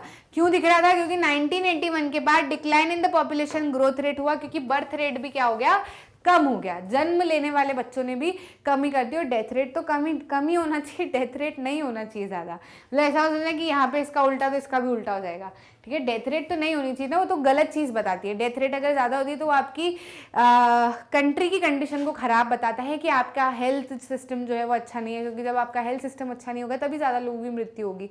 एक एजेड होने के बाद में, एज होने के बाद में जो है वो देहांत होना अलग बात होती है, लेकिन बहुत ज़्यादा इन्फेंट मोर्टेलिटी रेट बढ़ जाते हैं। छोटे बच्चे जन्म लेते से ही जो है वो भगवान को प्यारे हो जाते हैं, तो वो क्यों हो जाते हैं, क्योंकि न्यूट्रिशन की कमी है, या तो माता में न्यूट्रिशन की कमी है, या फिर लड़कियों की शादी बहुत जल्दी करवा दी तो उनकी बॉडी तैयार ही नहीं है कि बच्चे को जन्म दे सके, है ना। तो बच्चे को जन्म अगर वो देने के लिए उनकी बॉडी तैयार नहीं है, वो खुद को ही न्यूट्रिशन अभी नहीं इतना दे पा रही है, तो फिर बच्चे का ध्यान कैसे रखेंगी। तो इस वजह से बहुत ज़्यादा डेथ रेट, अगर इन्फेंट मोर्टेलिटी रेट ज़्यादा बढ़ जाता है, डेथ रेट बढ़ जाती है, तो फिर वो भी एक कंट्री का एक नेगेटिव एस्पेक्ट हो जाता है।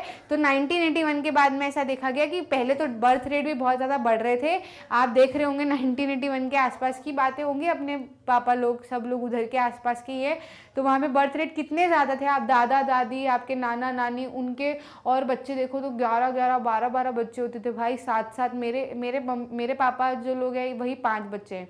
इवन अभी भी लोग नहीं करते फैमिली प्लानिंग, करनी चाहिए यार, ऐसे फिर बहुत ज़्यादा दिक्कत हो जाती है ना। रिसोर्सेज बहुत कम है, खाने वाले लोग बहुत ज़्यादा हो जाएंगे, तो फिर कैसे डिवाइड होगा ना। जैसे कि मान लो कि पिताजी के पास में एक ही बिजनेस है और 2 लड़के हैं, अब 2 लड़के क्या 5-8 लड़के हो गए, तो फिर वो एक ही बिजनेस को 8 लड़के अगर बांटेंगे तो फिर प्रॉब्लम हो जाएगी ना। ऐसे ही पूरे इंडिया का भी है या हर कंट्री का भी होता है, रिसोर्सेज जितने हैं फिर बांटने के लिए इतने होने भी तो चाहिए ना। अब लोग इतने बढ़ जाएंगे तो फिर कितनी परेशानी आएगी। ठीक, तो आई होप डेथ रेट आपको अच्छे से समझ में आ गया हो, आगे कंसेप्ट भी समझ में आ गया हो। डेथ रेट बढ़ा मत देना पॉपुलेशन कंट्रोल करने के लिए, पॉपुलेशन कंट्रोल करने के लिए बर्थ रेट को कम करो, समझ गए। Migration is the movement of people across regions and territories. अब माइग्रेशन मतलब सिर्फ ये नहीं होता, माइग्रेशन आपने यूजुअली बर्ड्स का सुना होगा, बर्ड्स माइग्रेट करते हैं, सीजन में माइग्रेट करते हैं, एक कंट्री से दूसरी कंट्री में वो लोग जाते हैं, ये आपने माइग्रेशन सुना होगा। वही ह्यूमंस में भी होता है। अब जैसे माइग्रेशन हमारे एक कंट्री से दूसरे कंट्री में जाना भी माइग्रेशन हो जाता है। अब हमारी कंट्री से अगर दूसरे कंट्री में लोग चले गए तो जाहिर सी बात है हमारे कंट्री का पॉपुलेशन जो है वो चेंज तो दिखेगा ना, नंबर ऑफ पीपल कम हो गए, उधर चले गए या फिर उधर से इधर आ गए, ऐसा। तो ये क्या कहलाता है, इंटरनेशनल माइग्रेशन कहलाता है, मतलब विद इन द कंट्रीज। इससे पॉपुलेशन के नंबर पे इफेक्ट पड़ता है। लेकिन अगर इंटरनल माइग्रेशन का है with in the country, ma'am internal migration कैसे होता होगा, होता है बेटा इंटरनल माइग्रेशन भी, कि गांव में रहने वाले लोग अक्सर अभी सिटीज में जाना पसंद करते हैं। क्यों, फॉर अट्रैक्टिव लाइफस्टाइल, अच्छी लाइफस्टाइल, अपने बच्चों को अच्छी एजुकेशन देना, अच्छा हेल्थ केयर देना, इसके लिए लोग जो है वो बहुत ज़्यादा गांव से शहरों में शिफ्ट होने की कोशिश करते हैं, प्रयास करते हैं। भी देखा गया है बहुत ज़्यादा इंटरनल माइग्रेशन देखने को मिलता है। तो वो क्या होता है, वो ओवरऑल पॉपुलेशन पे कोई इफेक्ट नहीं करता, लेकिन जो स्टेट्स की पॉपुलेशन है ना, उनमें बहुत ज़्यादा चेंजेस देखने को मिलता है। Internal migration, no change in size of the population, population की साइज पे कोई चेंज नहीं होता, बिल्कुल एमसीक्यू में ध्यान रखना। अगर आ जाता है कि इंटरनल माइग्रेशन से पॉपुलेशन में चेंज होता है तो ये मत बोलना कि दिया हमने तो कहा था कि हाँ माइग्रेशन से पॉपुलेशन में चेंज होता है। बेटा विद इन द कंट्री अगर होता है, इंटरनेशनल माइग्रेशन अगर होता है तो चेंज होगा, इंटरनल में बिल्कुल भी नहीं होगा। Influences the distribution of population with in the nation, influence क्या करता है, population with in the nation जो है वो इन्फ्लुएंस करता है क्या, इंटरनल माइग्रेशन। अपनी कंट्री की पॉपुलेशन को थोड़ा सा चेंज अंदर के अंदर जो है वो डिस्ट्रीब्यूशन में चेंज आता है। पॉपुलेशन में कोई चेंज नहीं आता, डिस्ट्रीब्यूशन में चेंज आता है। Rural to urban areas because of, 2 reason है कि लोग रूरल एरियाज से अर्बन एरियाज में शिफ्ट करते हैं। सबसे पहला रीजन ये, the push factor in rural. Push मतलब क्या करना, धक्का देना, और पुल मतलब क्या करना, अपनी तरफ लेना, खींचना, है ना। तो पुश फैक्टर रूरल एरियाज में क्यों है, क्योंकि वहां पर बहुत ज़्यादा पावर्टी है, बहुत ज़्यादा अनएम्प्लॉयमेंट है, इसलिए रूरल एरियाज यूजुअली पुश करते हैं रहने के लिए कि नहीं यहाँ पे, मतलब अंदर से ऐसा लगता है कि नहीं रहे यहाँ पे, बहुत अनएम्प्लॉयमेंट में, गाँव में से शहर में जाएंगे तो थोड़ा बहुत पैसा मिलेगा, नौकरी करेंगे, सारी चीज़ें जो है वो अच्छी हो जाएंगी, तो पावर्टी में कमी आएगी और अनएम्प्लॉयमेंट में भी कमी आएगी, लोगों को एम्प्लॉयमेंट मिलेगा, क्योंकि सिटीज़ में ऑब्वियसली बात है बहुत सारी चीज़ें करने को एज कम्पेयर टू विलेजेस। तो push factor of rural areas and pull factor of the city, कि भाई क्या होगा, एम्प्लॉयमेंट मिलेगा और लिविंग कंडीशंस बहुत ज़्यादा अच्छी हो जाएगी, बच्चों को हम अच्छा भविष्य दे पाएंगे, खुद को अच्छी लाइफस्टाइल दे पाएंगे। तो ये पुश और पुल में कंफ्यूज मत होना बच्चे, ऐसे मत कर देना कि एमसीक्यूज में आया pull factor of the rural areas leads to internal migration. तो नहीं, रूरल एरियाज पुल थोड़ी कर रहे हैं अपनी तरफ, रूरल एरियाज तो पुश कर रहे हैं कि रूरल एरियाज की कंडीशन ऐसी नहीं है कि लोग वहां पर रहे, ऐसा लोग पुल किसकी तरफ होंगे, अट्रैक्ट किसकी तरफ होंगे, अर्बन एरियाज की तरफ होंगे, समझ गए। तो push factor of the rural areas and pull factor of the cities. Reason भी पता चल गया कि क्यों भाई, अफेक्ट क्या होता है इससे, क्या चेंज होता है, पॉपुलेशन साइज जो है वो थोड़ा सा क्या हो जाता है, चेंज हो जाता है माइग्रेशन की वजह से। अभी ओवरऑल माइग्रेशन की बात की जा रही है। The population composition of urban and rural population in terms of age and sex composition. अगर पूरे ओवरऑल माइग्रेशन की देखें तो साइज जो है वो पॉपुलेशन में चेंज देखने को मिलता है, साइज चेंज देखने को मिलता है पॉपुलेशन का।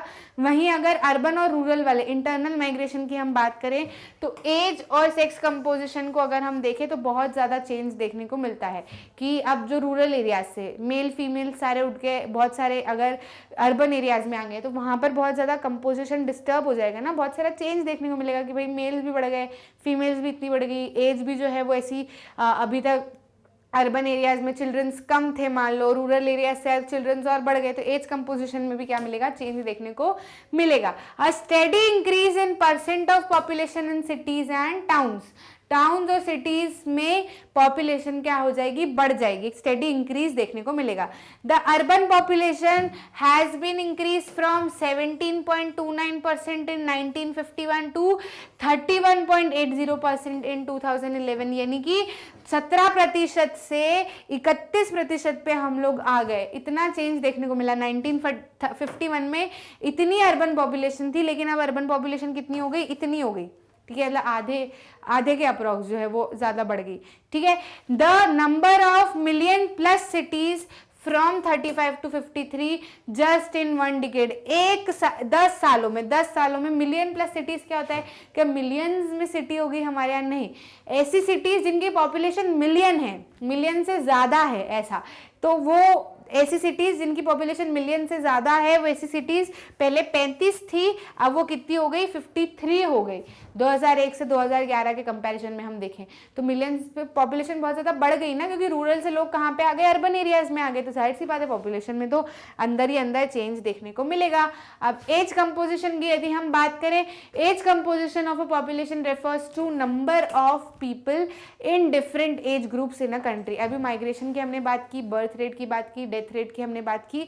अब एज कंपोजिशन, पूरे इंडिया में यदि हम एज कंपोजिशन की बात करें तो कितने लोग बच्चे हैं, कितने लोग बूढ़े हैं, कितने लोग कमाने वाले हैं, ये बहुत ज़्यादा अफेक्ट करता है। हमको अगर पता होता है तो उस हिसाब से हमको बहुत ज़्यादा प्लानिंग करनी होती है कि यदि कमाने वाले लोग बहुत ज़्यादा है तो एम्प्लॉयमेंट पे ध्यान देना पड़ेगा, यानी कि वर्किंग एज ग्रुप जो लोग कमा सकते हैं वो वाला एज ग्रुप अगर बहुत ज़्यादा बड़ा है, मान लो अगर बेसिकली कंडीशन है तो हमारी कंट्री बहुत ज़्यादा यंग है, हमारे पास में बहुत टैलेंट है, नया खून है हमारे पास में, तो उस हिसाब से हमको ज़्यादा अपॉर्चुनिटीज़ भी उनको देनी पड़ेगी ताकि वो लोग वेले ना बैठे रहे, समझ रहे हो।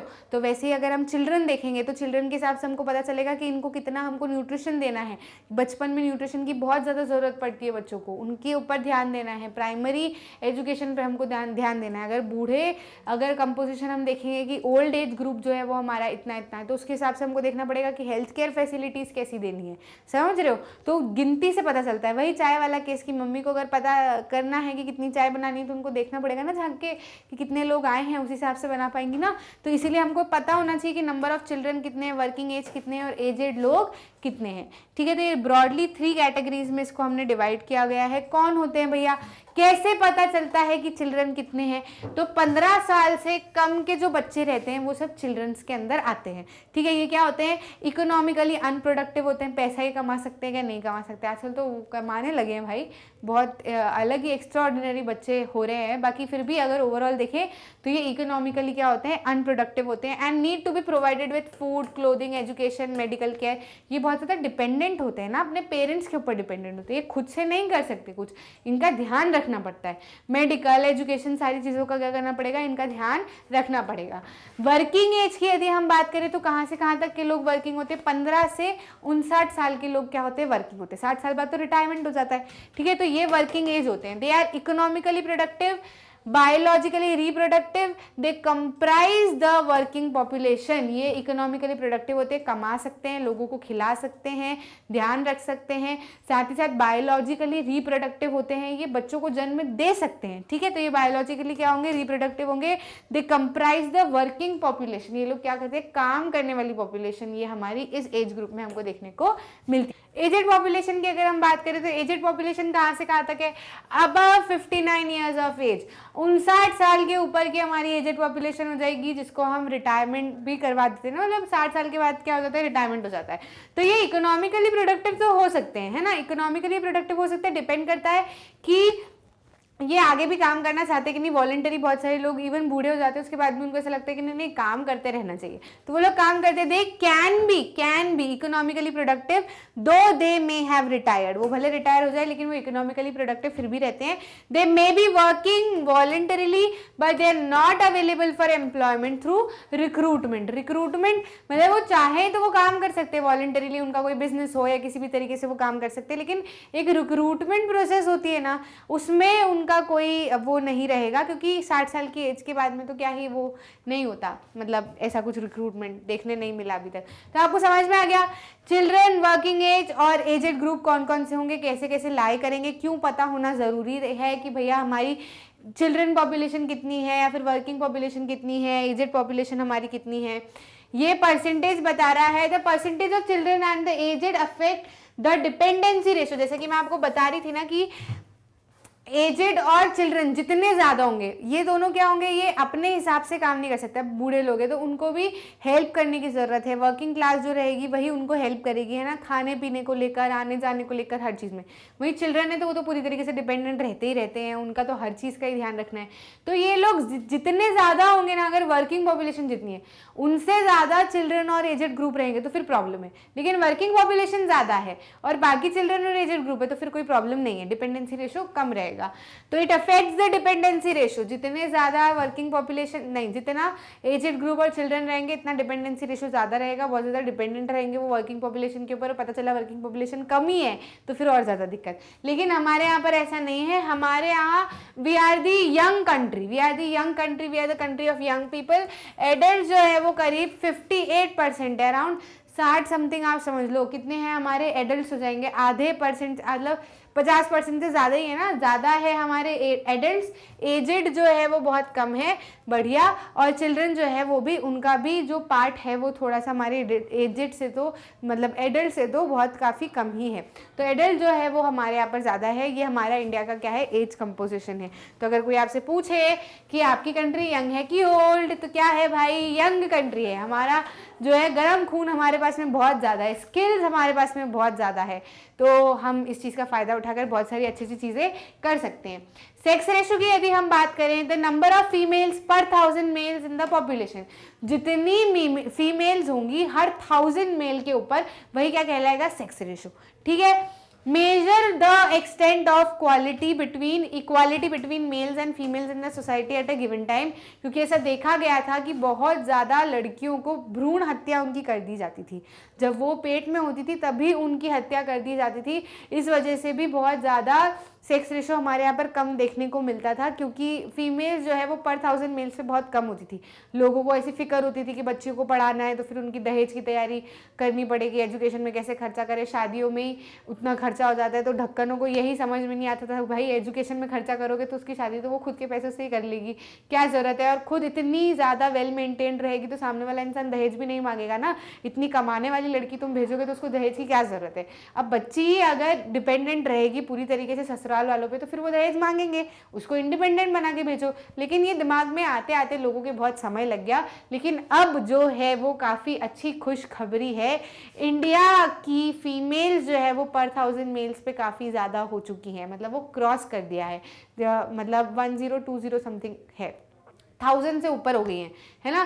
तो पर 1000 मेल्स पे फीमेल्स हमारे यहाँ पर अब ज़्यादा हैं। बधाई हो बहुत बहुत जो भी फीमेल्स देख रहे हैं, मेल्स को भी, ठीक है। तो बहुत ज़्यादा फीमेल्स, बहुत ज़्यादा तो नहीं पर हाँ 1000 मेल्स से ज़्यादा ही हो गई हैं फीमेल्स जो है हमारी इंडिया में। ओवरऑल इंडिया की अगर हम बात करें तो केरला में तो शुरुआत से ही सेक्स रेशो ज़्यादा था, क्योंकि यहाँ पर आप देखोगे तो लोगों में लिटरेसी भी अच्छी खासी है, लोगों के अंदर एजुकेशन ज़्यादा है ये वाले सेक्शन ऑफ सोसाइटी में। तो यहाँ पर फीमेल्स जो है वो पर 1000 मेल्स पे ज़्यादा ही थी। बहुत टाइम से ही देख रही हूँ मैं, यही वाला डेटा चल रहा है, मतलब इसके आसपास का ही डेटा चल रहा है। वहीं पुडुचेरी की अगर हम बात करें तो 1038 फीमेल्स फॉर 1000 मेल्स है।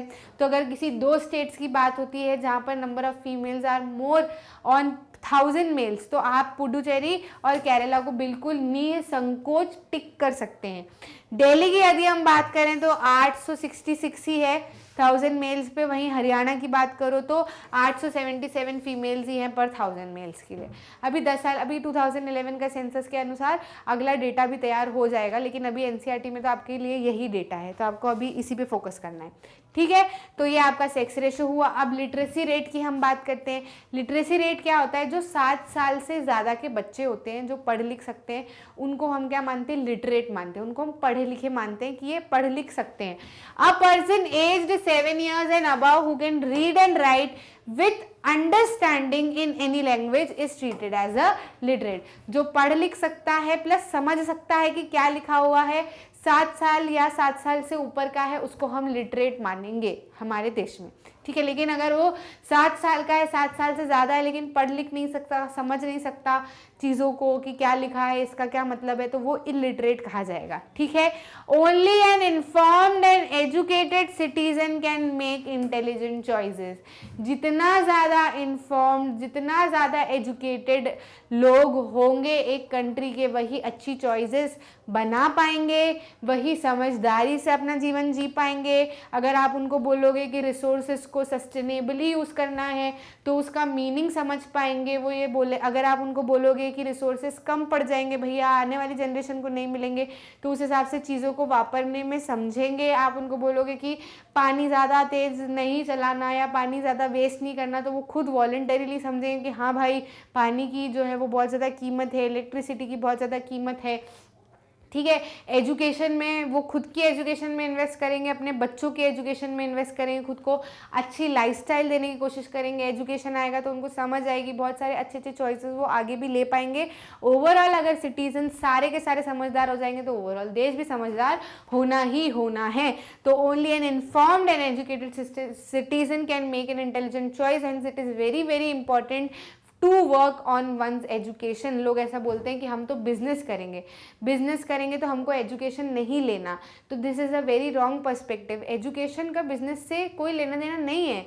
इवन अगर आप एजुकेटेड हो और फिर आप बिजनेस कर रहे हो, तो फिर आप बिजनेस करके देखो क्या मज़ा आएगा, आपका दिमाग ही अलग तरीके से चलेगा ना, बिल्कुल आप एकदम बहुत अच्छे से चीज़ों को और अच्छे से सोच पाओगे। वहीं एक अनएजुकेटेड पर्सन अगर बिजनेस करेगा तो उसको नहीं पता होगा बाकी सारी जगह पर क्या चल रहा है, कैसे नए ट्रेंड्स है, कैसे लोग नई नई चीज़ों को अपना रहे हैं, अपने इसमें कैसे हम करें, उसको मार्केटिंग कैसे करें। आजकल तो बहुत सारी चीज़ों की तो ये सब एजुकेशन से ही पता चलती है। इसलिए एजुकेशन, भले आप करियर चॉइस कुछ भी ले रहे हो, लेकिन एजुकेशन बहुत ज़्यादा इंपॉर्टेंट है। क्योंकि बिजनेस में आपने मान लो बहुत सक्सेसफुल हो गए, बहुत पैसा कमा लिया, लेकिन आपको यही समझनी है कि आपको पेड़ पौधे लगाने हैं, पेड़ पौधे नहीं काटना है, ड्राइविंग किस स्पीड से करना है, ट्रैफिक रूल्स क्या होते हैं, है ना, क्यों ज़रूरी हैं, यही चीज़ आपको नहीं पता है तो आपका इतना पैसा कमाने का कोई मतलब थोड़े है। समझ रहे हो कि नहीं? इसीलिए पैसा कमाना अलग चीज़ होती है, वो बहुत अलग चीज़ है, और एजुकेशन अलग चीज़ है। एजुकेशन इंसान को बनाता है, मेंटली फिजिकली हर चीज़ से स्ट्रांग बनाता है। वहीं जो भी पैसा है वो तो फिर आपका स्टेटस से सोसाइटी में बता रहा है ना, वो तो एक आउटपुट है। ठीक है, इसलिए एजुकेशन पे ध्यान देना बहुत बहुत बहुत ज़्यादा ज़रूरी है। Lower levels of literacy are a serious obstacle for economic development. क्योंकि समझाना, फिर अगर कोई सी भी नई स्कीम लेके आनी है या कुछ नया करना है ना, तो इलिटरेट लोगों को, जिन लोगों को एजुकेशन से कोई लेना देना नहीं है या हल्का फुल्का है, उनको समझाना, उनके दिमाग में चीज़ें डालना इतना मुश्किल हो जाता है कि वो हर चीज़ को अलग ही तरीके से लेते हैं। वो उनके लिए कुछ नहीं है, दुनिया हिंदू मुसलमान ही है, खाली बस इनकी लड़ाई झगड़े ही है या फिर कम्युनलिज्म ही है। भले वो बैठे हैं, हमको तो जाना रहता है, बिजनेस क्लास में बैठना रहता है, तो हमको ऐसा हमारा स्टेटस रखना पड़ेगा, वैसा रखना पड़ेगा। They don't believe in simplicity, they don't believe in spirituality. तो फिर ऐसे में बहुत ज़्यादा अनस्टेबल सोसाइटी देखने को मिलती है। एजुकेटेड जितनी सोसाइटी होगी, फिर आगे वो बिजनेस करे, जॉब करे, गवर्नमेंट जॉब करे, हर जगह पर वो अपना बेस्ट दे पाएंगे, दिमाग से काम कर पाएंगे। समझ रहे हो? तो इसलिए एजुकेशन बहुत ज़्यादा इंपॉर्टेंट है अगर इकोनॉमिक इंप्रूवमेंट देखना है तो। Census of 2011 is 73%, 80.9% for mails and 64.6% for females. ये सेंसस 2011 के सेंसस ये कह रहे हैं कि लिटरेसी जो है वो 73% है, 80.9% देखे तो वो मेल्स के लिए है, और वहीं सिर्फ 64.6 प्रतिशत फीमेल्स के लिए। आई होप 2021 की लिटरेसी रेट काफ़ी अच्छी आएगी। बहुत सारे लोगों की मेंटालिटी में बहुत अच्छा चेंज आया है। लोग अब बहुत ज़्यादा एजुकेशन को प्रेफर करने लगे हैं, लड़कियों को प्यार देने लगे, सम्मान देने लगे, उनको एक मियर कमोडिटी से ज़्यादा समझने लगे हैं। तो बहुत सारे चेंज हमको देखने को मिलेंगे। आई होप अगले जो एनसीईआरटी का अपडेट होगा उसमें डेटा में काफ़ी अच्छे हमको डेटा जो है वो देखने को मिलेगा। ठीक है, तो अभी तो आपको लिए यही डेटा है। ऑक्यूपेशनल स्ट्रक्चर की बात करें, अब हमने सब समझ लिया। हमने क्या क्या समझ लिया? डेथ रेट, बर्थ रेट, किस हिसाब से पॉपुलेशन चेंज होती है, पॉपुलेशन की पढ़ाई लिखाई क्यों ज़रूरी है, पॉपुलेशन को कैसे रहना चाहिए, पॉपुलेशन का सेक्स रेशो कैसा होना चाहिए, पॉपुलेशन का सेक्स रेशो अभी कैसा है, कौन से स्टेट्स में अच्छा है, कौन से स्टेट में खराब है, किस हिसाब से पॉपुलेशन बढ़ती है, किस हिसाब से पॉपुलेशन घटती है, क्या अच्छे रीजन है, क्या खराब रीजन है, माइग्रेशन क्या होता है, बर्थ रेट, डेथ रेट, सब कुछ हमने अच्छे से समझ लिया। अब समझो कि ये जो लोग हैं, ये लोग जो रह रहे हैं, इनके ऑक्यूपेशन भी तो बहुत ज़्यादा ज़रूरी है ना, क्योंकि कमाएंगे कैसे भाई? कमाएंगे नहीं तो फिर एक्सचेंज ऑफ मनी नहीं होगा। सोचेंगे 10 बार खर्चा करने में, 10 बार खर्चा करने में सोचेंगे तो ट्रांजैक्शन में कमी आएगी, ट्रांजैक्शन में कमी आएगी तो क्या होगा? इकोनॉमी कम हो जाएगी ना। याद है कि नहीं याद है? Sectors of Indian economy. ठीक है, तो ऑक्यूपेशनल स्ट्रक्चर की हम बात करते हैं। The percentage of population that is economically active is an important index of development. जितना परसेंटेज ऑफ पॉपुलेशन कमाएगा उतनी अच्छी इकोनॉमी रहेगी, क्योंकि कमाना मतलब क्या? एक बॉस एम्प्लॉय को पैसा दे रहा है, फिर वो एम्प्लॉय सामान खरीदने के लिए पैसा ले रहा है, तो पैसे का एक्सचेंज हर जगह पर होते हुए दिखेगा। जितना ज़्यादा पैसे का एक्सचेंज होगा इतनी अच्छी इकोनॉमिक डेवलपमेंट जो है वो होगा। The distribution of population according to different types of occupation is referred to as occupational structure. जो पॉपुलेशन का डिस्ट्रीब्यूशन है कि भैया इतनी पॉपुलेशन इस जगह पे काम करती है, इतनी पॉपुलेशन इस तरीके से काम करती है, इतनी पॉपुलेशन इस तरीके से काम करती है, यही क्या पूरा कहलाता है? ऑक्यूपेशनल स्ट्रक्चर कहलाता है। Occupation are generally classified as primary, secondary and tertiary, जिसके बारे में हम ऑलरेडी बात कर चुके थे economy, sectors of Indian economy में, लेकिन एक थोड़ा सा हिस्सा और यहाँ पर भी देख लेते हैं। प्राइमरी एक्टिविटीज में क्या क्या आ जाएंगे? जो भी हम क्या कर रहे हैं, कोई भी अच्छे से मुझे बताए कमेंट्स में कि प्राइमरी एक्टिविटीज़ क्या होती हैं। एक शब्द अगर मैंने जो आपको पढ़ाया था जिसके ऊपर मैंने प्राइमरी एक्टिविटीज़ को लेकर जोर दिया था वो अगर कमेंट में आ जाता है तो भाई दिल खुश हो जाएगा। प्राइमरी एक्टिविटीज़ क्या होती हैं? ऐसी एक्टिविटीज़ जो नेचर को एक्सप्लॉइट करके ली जा रही है और जो प्रोडक्ट बन रहा है वो भी नेचुरल बन रहा है। समझ गए कि नहीं समझ गए? वो सब क्या होगी? Primary activity. सिर्फ और सिर्फ खेती प्राइमरी एक्टिविटी नहीं होती। खेती प्राइमरी एक्टिविटी होती है लेकिन सिर्फ और सिर्फ खेती प्राइमरी एक्टिविटी नहीं होती। एनिमल हस्बेंड्री, दूध, माइनिंग वगैरह ये सब किस में आ जाता है? प्राइमरी एक्टिविटी में आ जाता है। Fishing, mining, forestry, animal husbandry, agriculture, quarrying. Developing countries में अगर हम देखें तो 64% हिस्सा लोगों का प्राइमरी एक्टिविटीज के अंदर ही ऑक्यूपेशन में इन्वॉल्व रहता है। वहीं सेकेंडरी एक्टिविटी क्या होती है? Manufacturing industry, building, construction work etcetera. This is the second step to primary activity. इसके अंदर हम इंडस्ट्री का तड़का लगा के प्राइमरी एक्टिविटी के प्रोडक्ट को या फिर नेचुरल प्रोडक्ट को क्या करते हैं? किसी और प्रोडक्ट में कन्वर्ट करते हैं। वही क्या होता है? सेकेंडरी एक्टिविटी होती है। यहाँ पर इंडस्ट्री का तड़का लगता है, यहाँ पर गुड्स बनते हैं, यहाँ पे भी गुड्स बनते हैं। लेकिन टर्शरी एक्टिविटीज़ में प्रोडक्शन ऑफ गुड्स नहीं होता, यहाँ पर सर्विसेज दी जाती हैं। Tertiary activities include transport, communication, commerce, administration and other services. Developed nation में अगर हम देखें तो 13 और 20% जो है वो देखने को मिलता है सेकेंडरी और टर्शरी एक्टिविटी। 13% सेकेंडरी में और 20% जो है वो टर्शरी एक्टिविटी में। हमने देखा भी था कि बहुत ज़्यादा हिस्टोरिकल चेंज देखने को मिला है। पहले प्राइमरी एक्टिविटी ज़्यादा प्रेफर किए जाती थी, फिर सेकेंडरी में चेंज हुआ, फिर टर्शरी में चेंज हुआ, है ना। बहुत ज़्यादा लोग शिफ्ट हुए हैं। डेवलपिंग कंट्रीज जो अंडर डेवलप्ड रहती है, फिर डेवलपिंग रहती है, जो फेज़ में रहती है, वो यूजुअली वहाँ पर प्राइमरी एक्टिविटीज़ ज़्यादा देखने को मिलती है। लेकिन अब इंडिया का अगर देखा जाए तो बहुत ज़्यादा शिफ्ट देखने को मिला है। प्राइमरी एक्टिविटी में लोग ज़्यादा एम्प्लॉयड हैं क्योंकि टर्शरी और सेकेंडरी सेक्टर में एम्प्लॉयमेंट की अपॉर्चुनिटीज थोड़ी सी कम है, लेकिन फिर भी टर्शरी और सेकेंडरी सेक्टर जो है वो बहुत ज़्यादा प्रोडक्शन देते हैं। ठीक है, टर्शरी सेक्टर तो बहुत ज़्यादा इंपॉर्टेंट सेक्टर हो चुका है इंडियन इकोनॉमी का। ठीक, तो इस तरीके से आप इस चीज़ को क्या कर सकते हो? समझ सकते हो। हेल्थ की बात करें भाई, सारी चीज़ें पढ़ ली, क्या कहते हैं उसको, स्वास्थ्य है तो जीवन है ना, मतलब हाँ कुछ ऐसा ही कहते हैं। ठीक है, तो हेल्थ के ऊपर ध्यान देना बहुत ज़्यादा ज़रूरत है। अगर हेल्थ के ऊपर ध्यान नहीं दिया तो ये कुछ भी काम का नहीं है। अगला ही समय हमको नहीं पता हम कब निपट जाएंगे और ये सारी चीज़ें धरी की धरी रह जाएंगी। हेल्थ के ऊपर ध्यान देना इंडिविजुअली भी प्लस सरकार की भी बहुत मेजर जिम्मेदारी बनती है। The substantial improvement is the result of many factors including improvement in public health, prevention of infectious diseases, application of modern medical practices in diagnosis and treatment of elements. हमारे यहाँ पर हेल्थ जो है वो काफ़ी ज़्यादा इम्प्रूव होते हुए देखा गया है अभी अभी, क्योंकि इन सारी चीज़ों के ऊपर काम करने लगी है सरकार, ध्यान देने लगी है। अब मॉडर्न डे गवर्नमेंट है ना, तो वो तो हर बहुत सारी चीज़ों के ऊपर ही ध्यान देने लगी है, बहुत सारी चीज़ों को समझने लगी है। अब जैसे वैक्सीन, इंडिया में सबसे पहला, India was the first country to make the vaccine. तो क्यों? क्योंकि लोगों के ऊपर बहुत ज़्यादा इन्वेस्ट किया ना, एजुकेशन के ऊपर बहुत ज़्यादा इन्वेस्ट किया, मेडिकल हेल्थ के ऊपर बहुत ज़्यादा इन्वेस्ट किया। हमारे यहाँ पर यंग पीपल है, उनको बहुत ज़्यादा क्या किया गया, प्रमोट किया गया, बहुत ज़्यादा प्रमोट किया गया, तभी वो इस लायक बने कि वो इतनी बड़ी चीज़ जो है वो पूरे वर्ल्ड के लिए बना पाए थे, है ना। तो बहुत ज़्यादा इम्प्रूवमेंट देखने को मिला है पब्लिक हेल्थ में भी, बहुत ज़्यादा गवर्नमेंट हॉस्पिटल्स को भी इम्प्रूव किया जा रहा है।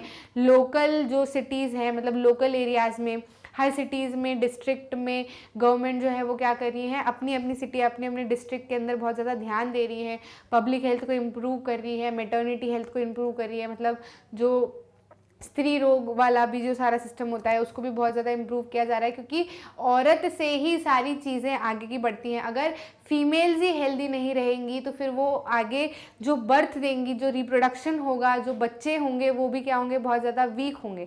तो औरतों के ऊपर भी ध्यान देना, उनकी हेल्थ के ऊपर ध्यान देना, वो भी बहुत ज़्यादा इंपॉर्टेंट फैक्टर जो है वो देखा गया है और ध्यान दिया भी जा रहा है। इन्फेक्शियस डिसीज़ को बहुत ज़्यादा प्रिवेंट करने के लिए अलग अलग मेथड्स लाई जा रही है, बहुत ज़्यादा उसके ऊपर भी ध्यान दे रहे हैं। Application of modern medical practices in diagnosis, CT scan की मशीन, एमआरआई की मशीन, ईसीजीज की मशीन, हर जगह पर आपको ऐसा नहीं है कि पहले ऐसा होता था कि हॉस्पिटल जाते थे तो ये चीज़ें ख़राब ही देखने को मिलती थी, एक्टिव ही नहीं रहती थी, लेकिन अब बिल्कुल बराबर ऐसा ना हो कि ख़राब हो या कुछ चीज़ें गड़बड़ हो। बहुत ज़्यादा हॉस्पिटल डिपार्टमेंट भी बहुत ज़्यादा ध्यान देता है। इवन कोरोना के बाद में तो अब बहुत ज़्यादा ध्यान देना शुरू और ज़्यादा कर दिया गया है। एलिमेंट, जो छोटी छोटी बीमारियाँ हैं, नई नई बीमारियाँ देखने को मिलती हैं, उनको समझा जाता है, रिसर्च की जाती है। रिसर्च के लिए अलग अलग सेक्शंस भी बना दिए गए हैं ताकि वहाँ पर रिसर्च और डेवलपमेंट बहुत अच्छे से हो सके। तो बहुत ज़्यादा ध्यान दिया जा रहा है, इसकी वजह से जो है वो बहुत ज़्यादा इम्प्रूवमेंट देखने को मिले हैं हमारे हेल्थ से।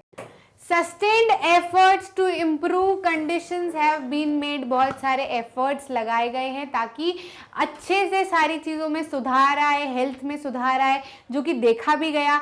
डेथ रेट जो है वो डिक्रीज हो गए, 25 पर 1000 पॉपुलेशन होता था कब, 1951 में, लेकिन उसके बाद में अब अगर 2001 की हम बात करते हैं तो कितने हो गए भैया, 8.1 पर 1000 पीपल हो गए। 25 से गिर के 8.1, मतलब जो मृतकों की संख्या है वो बहुत ज़्यादा कम हो गई, जो कि बहुत अच्छी बात है।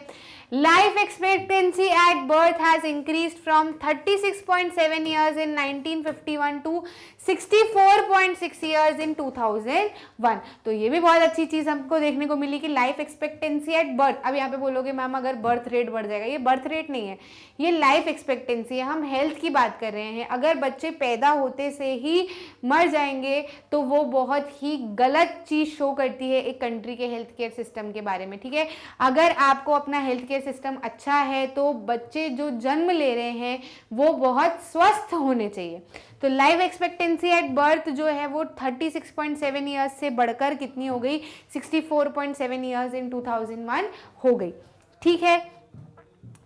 The per capita calorie consumption is much below the recommended levels and malnutrition afflicts a large percentage of our population. Problems तो थोड़ी बहुत देखने को मिलती भी हैं, बहुत सारे efforts किए जा रहे हैं, लेकिन फिर भी अगर हम देखेंगे पर कैपिटा कैलोरी कंजम्पशन है, जो लोगों को सबसे ज़्यादा कैलोरी कंजम्पशन करना चाहिए, लेकिन हर इंसान की अगर हम कैलोरी कंजम्पशन देखें, पर कैपिटा कैलोरी कंजम्पशन हम देखें तो वो जितनी लेवल पे रिकमेंड की जाती है ना उतना कंजम्पशन नहीं है, उससे काफ़ी कम है। And malnutrition affects a large percentage of our population. हमारे देश में माल न्यूट्रिशन जो है वो बहुत ज़्यादा देखने को मिलता है। कमज़ोर शरीर, ताकतवर शरीर नहीं होते हैं, बहुत ज़्यादा माल न्यूट्रिशन देखने को मिल रहा है, कमज़ोरी लोगों में देखने को मिल रही है, वो इसलिए क्योंकि पर कैपिटा कैलोरी कंजम्पशन जो है वो बहुत कम हो गया है, जितना रिकमेंड किया जाता है उतना नहीं देखने को मिल रहा। Safe drinking water is also very very very important aspect. नहीं तो इससे अगर पानी सेफ नहीं मिलता तो जो वाटर बोर्न डिसीजेज हैं वो भी बहुत ज़्यादा बढ़ जाती हैं, जिसकी वजह से बहुत बड़ी बड़ी बीमारियां हो जाती हैं और अल्टीमेटली डेथ भी हो सकती हैं। इसलिए सेफ ड्रिंकिंग वाटर भी बहुत ज़्यादा इंपॉर्टेंट है। नहीं तो अगर डेथ ना भी हो और अगर पानी कंटैमिनेटेड पी रहे हैं तो शरीर कितना ख़राब हो जाएगा। इंसान जितना अच्छा अच्छा खा रहा है लेकिन फिर अंदर जो है वो बीमारियाँ, बैक्टीरियाज हैं, कीड़े मकोड़े जो सारे के सारे गंदे पानी से हमारे शरीर में जा रहे हैं तो वो हमारे शरीर पर कितना गंदा इफेक्ट प्रोड्यूस करेंगे। Basic sanitation amenities are available to only 1/3 of the rural population. जो सैनिटेशन की जो फैसिलिटी है वो सिर्फ और सिर्फ 1/3 हिस्से को ही अवेलेबल है। If you talk about rural population, even लड़कियों के सैनिटेशन की भी बहुत ज़्यादा ध्यान रखने की ज़रूरत है, because there are various factors like periods, menstruation, इसमें हाइजीन होना बहुत ज़्यादा ज़रूरत है। नहीं तो फिर लड़कियों को आगे बहुत ज़्यादा प्रॉब्लम हो जाती है। पीरियड्स में बहुत ज़्यादा प्रॉब्लम्स देखने को मिलती है, बैक्टीरियल इन्फेक्शंस देखने को मिलते हैं, जिसकी वजह से वो अपना बेस्ट ना ही फिर वो फैमिली को ठीक से संभाल पाती है, नहीं वो काम ठीक से कर पाती हैं। तो इसलिए उनका ध्यान रखना है। एक औरत जो है वो 2 घर को चलाती है अगर ठीक से पूरी उनकी अगर लाइफ को ब्रीफ किया जाए तो, है ना। तो वो भले कामकाज, आजकल तो लड़कियां कामकाजी भी हो चुकी हैं, साथ में घर भी चलाती है, उसके ऊपर से अगर वो वीक रहेंगी, अगर वो सैनिटाइज नहीं रहेंगी, वो हेल्दी नहीं रहेंगी तो दोनों परिवारों को वो अच्छे से बिल्कुल भी हैंडल नहीं कर पाएंगी और वो बहुत ज़्यादा कमज़ोर भी महसूस करेंगी। इसलिए उनके ऊपर भी ध्यान देने की बहुत ज़्यादा ज़रूरत है। These problems need to be tackled through appropriate population policy. Population policy के साथ में इनको टैकल करने की कोशिश की गई भी है, जिसके बारे में हम अभी बात कर रहे हैं, बात करेंगे। तो ये पॉपुलेशन पॉलिसी जो है हम आगे पढ़ेंगे, नेशनल पॉपुलेशन पॉलिसी। उसके साथ में हम बात कर लेते हैं हमारी एडोलेसेंट पॉपुलेशन की भी। जो यंग लोग हैं, करीब 19 साल तक के जो लोग होते हैं वो क्या कहलाते हैं, एडोलेसेंट कहलाते हैं। तो इनके ऊपर ध्यान देने की बहुत ज़रूरत है, क्योंकि अगर इस एज में अच्छे से न्यूट्रिशन मिलता है, इस एज में अगर अच्छे से ध्यान दिया जाता है, इस एज में अगर बॉडी हेल्दी हो जाती है, इस एज में एजुकेशन अच्छा मिल जाता है, तो आगे की लाइफ जो है वो सस्टेन करना लोगों के लिए बहुत अच्छा हो जाता है। वो लोग खुद इंडिपेंडेंट बन जाते हैं, फिर आगे फिर वो लोग अपना ध्यान खुद से रख सकते हैं। लेकिन इस उम्र में यदि उनको न्यूट्रिशियस फूड नहीं दिया गया, क्योंकि एक नॉर्मल छोटे बच्चे के हिसाब से अगर हम एडोलसेंट को देखें, ये वाली एज जो होती है 19 साल के आसपास वाली एज, यहाँ पे बच्चों को बहुत ज़्यादा भूख लगती है, अच्छा खाना देने की ज़रूरत है। इसी से उनकी पूरी आगे की लाइफ में वो किस तरीके से उनका इम्यून सिस्टम होगा वो पूरा डिसाइड हो जाता है, क्योंकि बचपन से अगर अच्छा न्यूट्रिशन पेट में जाएगा तो मस्त, अगर कोई बीमारी भी होती है तो वो बीमारियों से लड़ने की क्षमता रख पाएंगे। लेकिन अगर नहीं मिलेगा तो फिर उनको बहुत ज़्यादा समस्या देखने को मिलेगी, फिर हेल्थ केयर सिस्टम पे लोड पड़ेगा। इससे अच्छा है ना कि हम शुरुआत में ही बेस जो है, फाउंडेशन जो है वो हेल्थ का भी बहुत ज़्यादा स्ट्रॉन्ग रखें और एजुकेशन का भी स्ट्रॉन्ग रखें। The most significant features of Indian population is the size of its adolescent population. जैसे कि मैंने आपको बताया था एज कंपोजिशन पे कि हम बहुत ज़्यादा यंग पीपल वाली हमारी कंट्री है, हमारी एडोलसेंट पॉपुलेशन भी काफ़ी स्ट्रॉन्ग है, काफ़ी अच्छी है, बहुत ज़्यादा नंबर में। It constitutes 1/5 of the total population of India. India का 1/5 हिस्सा जो है, 1/4 के बाद में 1/5 हिस्सा होता है ना, वो पूरा कितना है, हमारा एडोलसेंट पॉपुलेशन का ही है। यानी कि जैसे कि अगर ये इंडिया है और इसको अगर मैं 5 टुकड़ों में डिवाइड कर दूँ, 1 2 3 4 5, इस तरीके से 5 टुकड़ों में डिवाइड कर दूँ, तो ये वाला हिस्सा तो समझ लो कि पूरा पूरा क्या है, हमारा एडोलसेंट पॉपुलेशन का ही है। ठीक है, 1/5 हिस्सा जो है वो पूरा हमारा एडोलसेंट पॉपुलेशन का है। तो कितने ज़्यादा लोग हैं, तो इनके ऊपर ध्यान देने की कितनी ज़रूरत है। Grouped in age group of 10 to 19 years, 10 से 19 साल के बच्चे जो टीनेजर्स होते हैं। Poor nutrition can lead to deficiency and stunted growth. जैसा कि मैंने आपको बताया, अगर इनको न्यूट्रिशन ठीक से नहीं मिलते हैं तो फिर आगे बहुत ज़्यादा प्रॉब्लम्स देखने को मिलती है।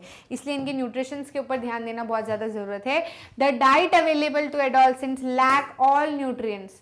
मतलब अगर बहुत ज़्यादा अच्छे रिच फैमिली के हैं या फिर मिडिल क्लास, जहाँ पर लोग पेरेंट जो है वो जैसे जैसे करके ध्यान देते हैं वो वहाँ पर तो फिर भी चीज़ें चल जाती हैं। लेकिन अगर दूसरा एरिया अगर हम देखें बहुत हद तक, तो वहाँ पे ये सारी चीज़ें नहीं मिल पाती, बच्चों को न्यूट्रिशन हेल्दी फूड जो है वो नहीं मिल पाता, जो कि देना बहुत ज़्यादा ज़रूरी है।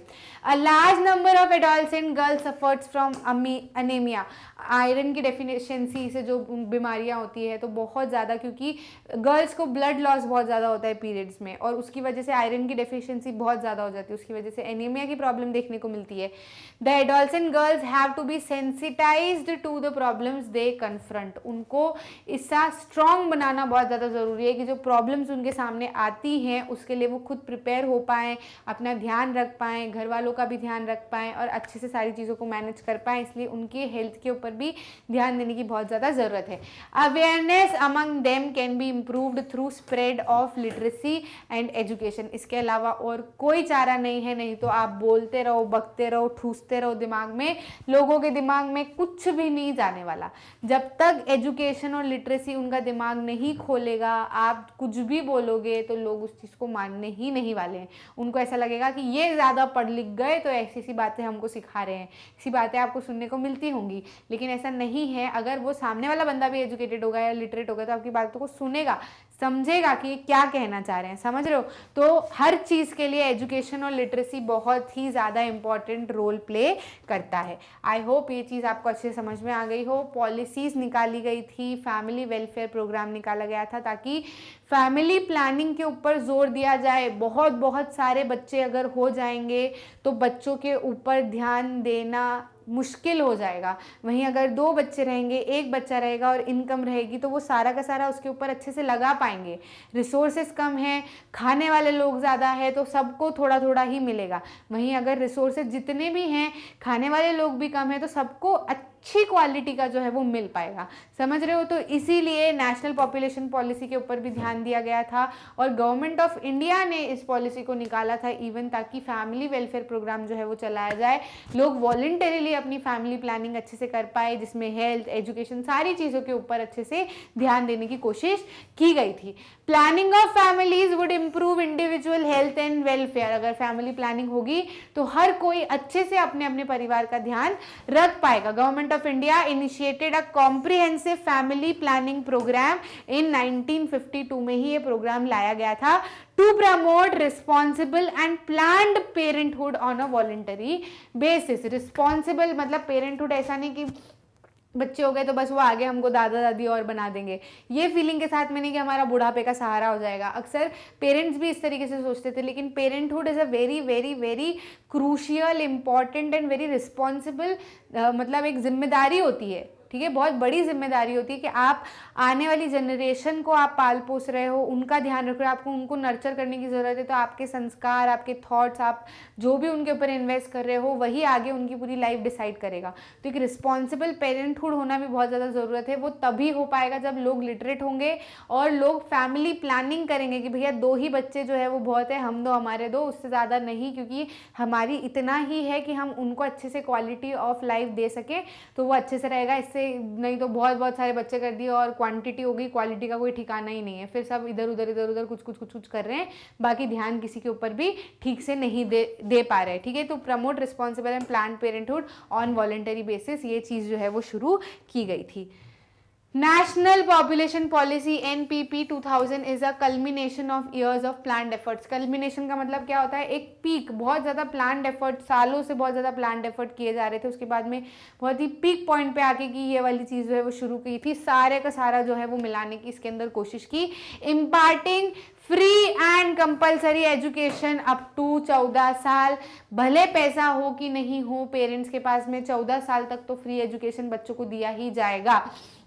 Reducing infant mortality rate to below 30 per 1000 live birth, reduce भी किया हमने, देखा ना काफ़ी जो है इन्फेंट मोर्टालिटी रेट जो है वो कम हो गया था। इन्फेंट मोर्टालिटी अलग होता है, इन्फेंट मोर्टालिटी मतलब बच्चे ने जन्म लिया और वो उनका देहांत हो जाता है, कमज़ोरी के कारण, शरीर में ताकत ना होने के कारण, अलग अलग बीमारियां होने के कारण वो लोग उनका जो है वो नहीं सर्वाइव कर पाते। इसलिए इन्फेंट मोर्टालिटी रेट इस पॉपुलेशन पॉलिसी के बाद में जब ध्यान देने चालू किया, अलग अलग हेल्थ केयर फैसिलिटीज़ प्रोवाइड की गई लोगों को, तो इन्फेंट मोर्टालिटी रेट जो है वो 30 पर 1000 लाइफ पर आ गया, काफ़ी जो है वो डिक्रीज हो गया। Achieving universal immunization of children against all vaccine preventable diseases, जो वैक्सीन से जो डिसीजेज प्रिवेंट हो सकती है उनका ज़्यादा से ज़्यादा इम्यूनाइजेशन किया जाए बच्चों के अंदर। जैसे कि पोलियो आप देखते हो, पोलियो ड्रॉप्स दिए जाते हैं, बहुत सारे वैक्सीन्स किए जाते हैं बच्चे जब पैदा होते हैं उसके थोड़े समय बाद ही, तो उनका ज़्यादा से ज़्यादा ध्यान रखा जाए, तो इसके ऊपर भी ध्यान दिया गया।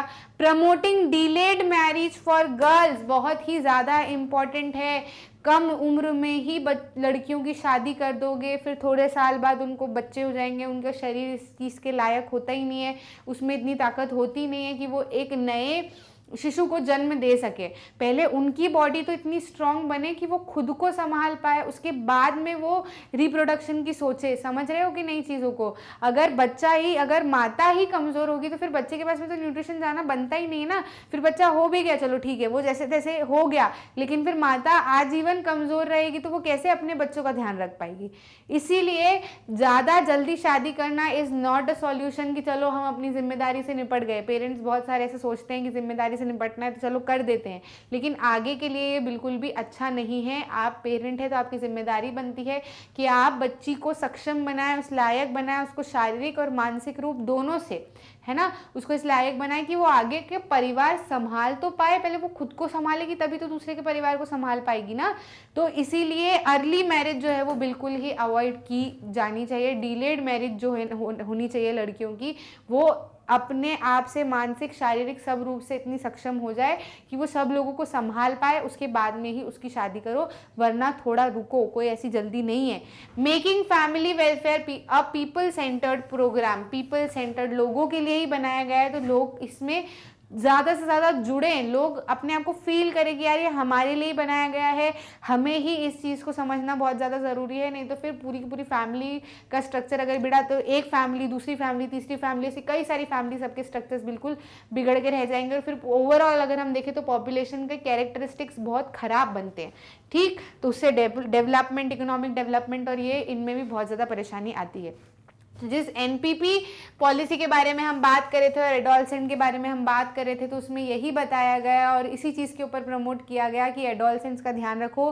साथ ही साथ जो अभी मैं बताती हूँ आपको, NPP 2000 identified adolescent as one of the major sections of the population that needed greater attention. उन्होंने बोला कि इस सेक्शन ऑफ सोसाइटी के ऊपर हमको सबसे ज़्यादा ध्यान देने की ज़रूरत है, क्योंकि यही लोग आगे माता पिता भी बनेंगे, यही लोग आगे वर्किंग सोसाइटी भी बनेंगे, यही लोग आगे जो है आगे का काम जो भी है, आगे का सारा कुछ यही संभालने वाले। तो इनके ऊपर ध्यान दो, इनके ऊपर इनिशियली अगर ध्यान दे दोगे तो आगे बिल्कुल किसी चीज़ में परेशानी आएगी ही नहीं आएगी। Besides nutritional requirement, the policy puts a greater emphasis on another important need of adolescents, including क्या क्या, protection from unwanted pregnancy and sexually transmitted diseases. Sexually transmitted diseases से बहुत ज़्यादा हेल्थ के ऊपर नुकसान होता है, फिर डेथ रेट्स बढ़ जाते हैं, लोगों को पता नहीं होता, लोग ध्यान नहीं देते हैं, एजुकेशन से उनको समझ नहीं आती, बहुत ज़्यादा एसटीडीज ट्रांसफ़र हो जाते हैं, जो कि एक बहुत ही ख़राब चीज़ है। इसके ऊपर भी ध्यान देने की ज़रूरत है, बच्चों को एजुकेट करने की ज़रूरत है सेक्स एजुकेशन को लेकर। प्रोटेक्शन फ्रॉम अनवांटेड प्रेगनेंसीज, कि भैया अगर आप कुछ भी कर रहे हो अपनी बॉडी के, आपकी नीड्स है, तो उसके लिए भी आप प्रोटेक्शन लेके करो, क्योंकि आपकी बॉडी प्रिपेयर नहीं है अभी फॉर रिप्रोडक्शन। ठीक है, तो उसके लिए भी प्रोटेक्शन होना बहुत ज़्यादा ज़रूरत है। तो उसके लिए भी सेक्स एजुकेशन बहुत ज़्यादा लाया गया, बच्चों के सिलेबस में लाया गया, क्योंकि this is a very common thing, हर किसी के साथ होता है, हर किसी की लाइफ का ये पार्ट है। तो इसके अंदर कुछ भी ऐसा सोचने या गलत समझने की ज़रूरत नहीं है, इसको अपनी लाइफ का हिस्सा बनाने की ज़रूरत है और समझने की ज़रूरत है, ताकि आगे के हमारे लाइफ के पार्ट में प्रॉब्लम्स ना आए। इसके बारे में बात करने की ज़रूरत है। It called for programmes that aim towards encouraging delayed marriage and child bearing. जैसे कि मैंने आपको बताया, समय से पहले शादी करने में किसी की भी भलाई नहीं है। शारीरिक मानसिक रूप से आप सक्षम हो गए, आप शारीरिक मानसिक रूप से आप ताकत आपके अंदर आ गई, उसके बाद ही आप शादी करो, उसके बाद में ही आप अपनी फैमिली प्लानिंग करके बच्चे की प्लानिंग करो, नहीं तो मत करो बिल्कुल भी, क्योंकि ना आप स्वस्थ रहोगे ना बच्चा स्वस्थ रहेगा। और अगर बच्चा स्वस्थ नहीं रहा, आप स्वस्थ नहीं रहे, तो आप काम ठीक से नहीं कर पाओगे। बच्चे को जो संस्कारों की ज़रूरत है वो आपसे नहीं मिल पाएंगे, क्योंकि आपका दिमाग आपके शरीर में ही लगा रहेगा कि आपके शरीर में ताकत ही नहीं है। तो आप कैसे बात करोगे, आपके अंदर चिड़चिड़ापन होगा, बच्चों की भावनाओं का आप नहीं समझोगे, फिर बच्चा आपसे डिस्ट्रैक्टेड होते रहेगा, डिटैच होते रहेगा, अलग संगतों में पड़ जाएगा, फिर बहुत सारी चीज़ें हैं वो फिर लाइफ टाइम वाली चीज़ों के ऊपर बात चली जाती है। इसलिए इन चीज़ों के ऊपर ध्यान देना बहुत ज़्यादा ज़रूरी है। उसके बाद में यदि हम देखें, education of adolescence about risk of unprotected sex. Education of adolescence about the risk of unprotected sex लोगों को बताना ज़रूरी है, बच्चों को, एडोलसेंस को बताना ज़रूरी है, क्योंकि ये पार्ट उनकी लाइफ में काफ़ी समय बाद आता है, उनको रियलाइज़ नहीं होता, उनको पता नहीं होता, उनकी बॉडी में से ही ऐसे हार्मोन जनरेट होते हैं कि फिर उनको रियलाइज़ नहीं होता कि क्या सही है, क्या गलत है, किस चीज़ से उनको नुकसान हो जाएगा। तो अगर हम उस बारे में उनसे बात नहीं करेंगे तो फिर उनके डिसीजन जाहिर सी बात है गलत ही होंगे। इससे बेहतर है कि ये लाइफ का हिस्सा है तो उसके बारे में उनसे बात करो, उनको बताओ कि क्या चीज़ें होती है, किस तरीके से ध्यान रखा जाता है, कौन सी चीज़ नुकसान कर जाती है, किस तरीके से इस चीज़ को समझाया जाता है। इन सारी चीज़ों की बात घरों में, स्कूल्स में एक दूसरे के साथ में होना बहुत ज़्यादा ज़रूरी है, ताकि नुकसान कम से कम हो। रिस्क ऑफ अनप्रोटेक्टेड सेक्स जो है वो उनको बताना बहुत ज़्यादा ज़रूरी है एडोलसेंट्स को। Making contraceptive services accessible and affordable.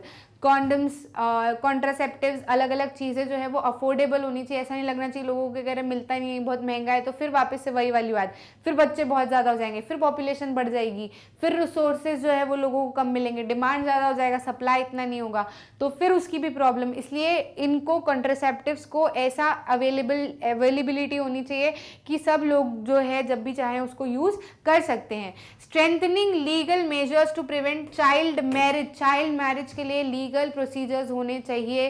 कहने को तो आसान है कि मत करो, लेकिन कौन कौन सी मेंटालिटी से कहाँ पे क्या कर रहा है। आज भी अगर आप देखो तो गांव में आज भी इतना ज़्यादा बता दिया गया है चाइल्ड मैरिज नहीं होनी चाहिए, क्या क्या उसके नुकसान है, सारा कुछ, लेकिन फिर भी पेरेंट्स जो है वो अपनी लड़कियों की, अपने बेटों की, बस समय हुआ नहीं कि आप कुछ काम वाम कर नहीं रहे, कुछ पढ़ाई वढ़ाई कर नहीं रहे, तो चलो क्या करते हैं, शादी कर देते। कुछ तो जीवन में चाहिए तो चलो क्या कर दो, शादी कर दो। तो ये चीज़ बहुत ज़्यादा गलत है, नहीं करना चाहिए। इसके ऊपर लीगल मेजर्स जो है वो लिए जाने चाहिए और लिए भी जा रहे हैं। People are the nation's most valuable resource. A well-educated, healthy population provides potential power। तो हमने हमारे पूरे देश की सारी बात की, सब कुछ एक ही हिस्से से शुरू हो रहा है जो कि है पीपल। लोग अच्छे हैं, समझदार हैं, एजुकेटेड हैं, लिटरेट हैं, हेल्दी हैं, तो ही सोसाइटी अच्छी बनकर निकल के आएगी। वही नहीं तो समझाने में ही इतना समय निकल जाएगा कि आगे चीज़ें करना तो फिर बहुत ही मुश्किल की बात है। जितने ज़्यादा लोग लिटरेट रहेंगे, एजुकेटेड रहेंगे, इतनी ही सोसाइटी हमारी हैप्पी, हेल्दी और वर्थ लिविंग होगी। ठीक है, तो बहुत अच्छे से आप लोग भी पढ़ाई कीजिए, चीज़ों को समझिए। ऐसा नहीं कि सिर्फ सिलेबस में है, मार्क्स कमाने हैं तो बस रटे जा रहे हैं, उसका जो कस है वो हमको नहीं समझ में आ रहा। वो समझ में आना बहुत ज़्यादा ज़रूरी है, और उनके साथ साथ, समझ में आने के साथ साथ अपनी लाइफ में उतारना भी बहुत ज़्यादा ज़रूरी है।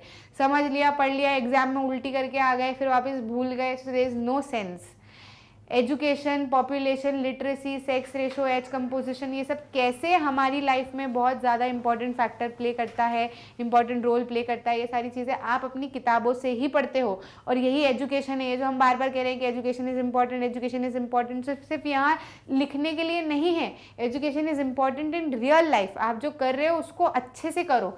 सिर्फ एक पर्टिकुलर आउटपुट लेने के लिए कि मेरे नंबर उससे ज़्यादा आ जाएंगे तो वो मज़े आ जाएंगे, ऐसा करके करना वो एक अलग चीज़ है। लेकिन एक रियलिटी में सच में अच्छे से एजुकेशन, प्रॉपर एजुकेशन गेन करना, समझना, अपनी लाइफ में उतारना is a very important part. ठीक है, तो यहाँ पर हमारा चैप्टर जो है वो ख़त्म हो चुका है। आपको कोई भी सारी चीज़ें अवेलेबल, सारी की सारी मैग्नेट ब्रेन्स की ऑफिशियल वेबसाइट पर अवेलेबल है। आप इस तरीके से सर्च कर सकते हो। मेरी आपको यहाँ पर नाम ऐसे मिल जाएगा, तो आपको वीडियो इस इंटरफेस में अच्छे से मिल जाएगी।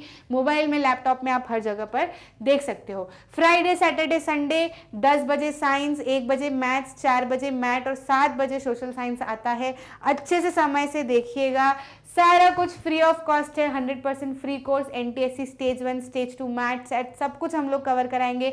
बस देर आपके लिए है कि आप अच्छे से समय से अच्छे से बैठ के पढ़ाई करें और बहुत अच्छे से पेपर दे के आएँ। अच्छा लगा तो लाइक कीजिएगा, शेयर कीजिएगा, सब्सक्राइब कीजिएगा, ताकि ज़्यादा से ज़्यादा लोगों को हेल्प मिल सके। अभी इस चैप्टर के लिए इतना ही, मिलते हैं अगले लेसन में।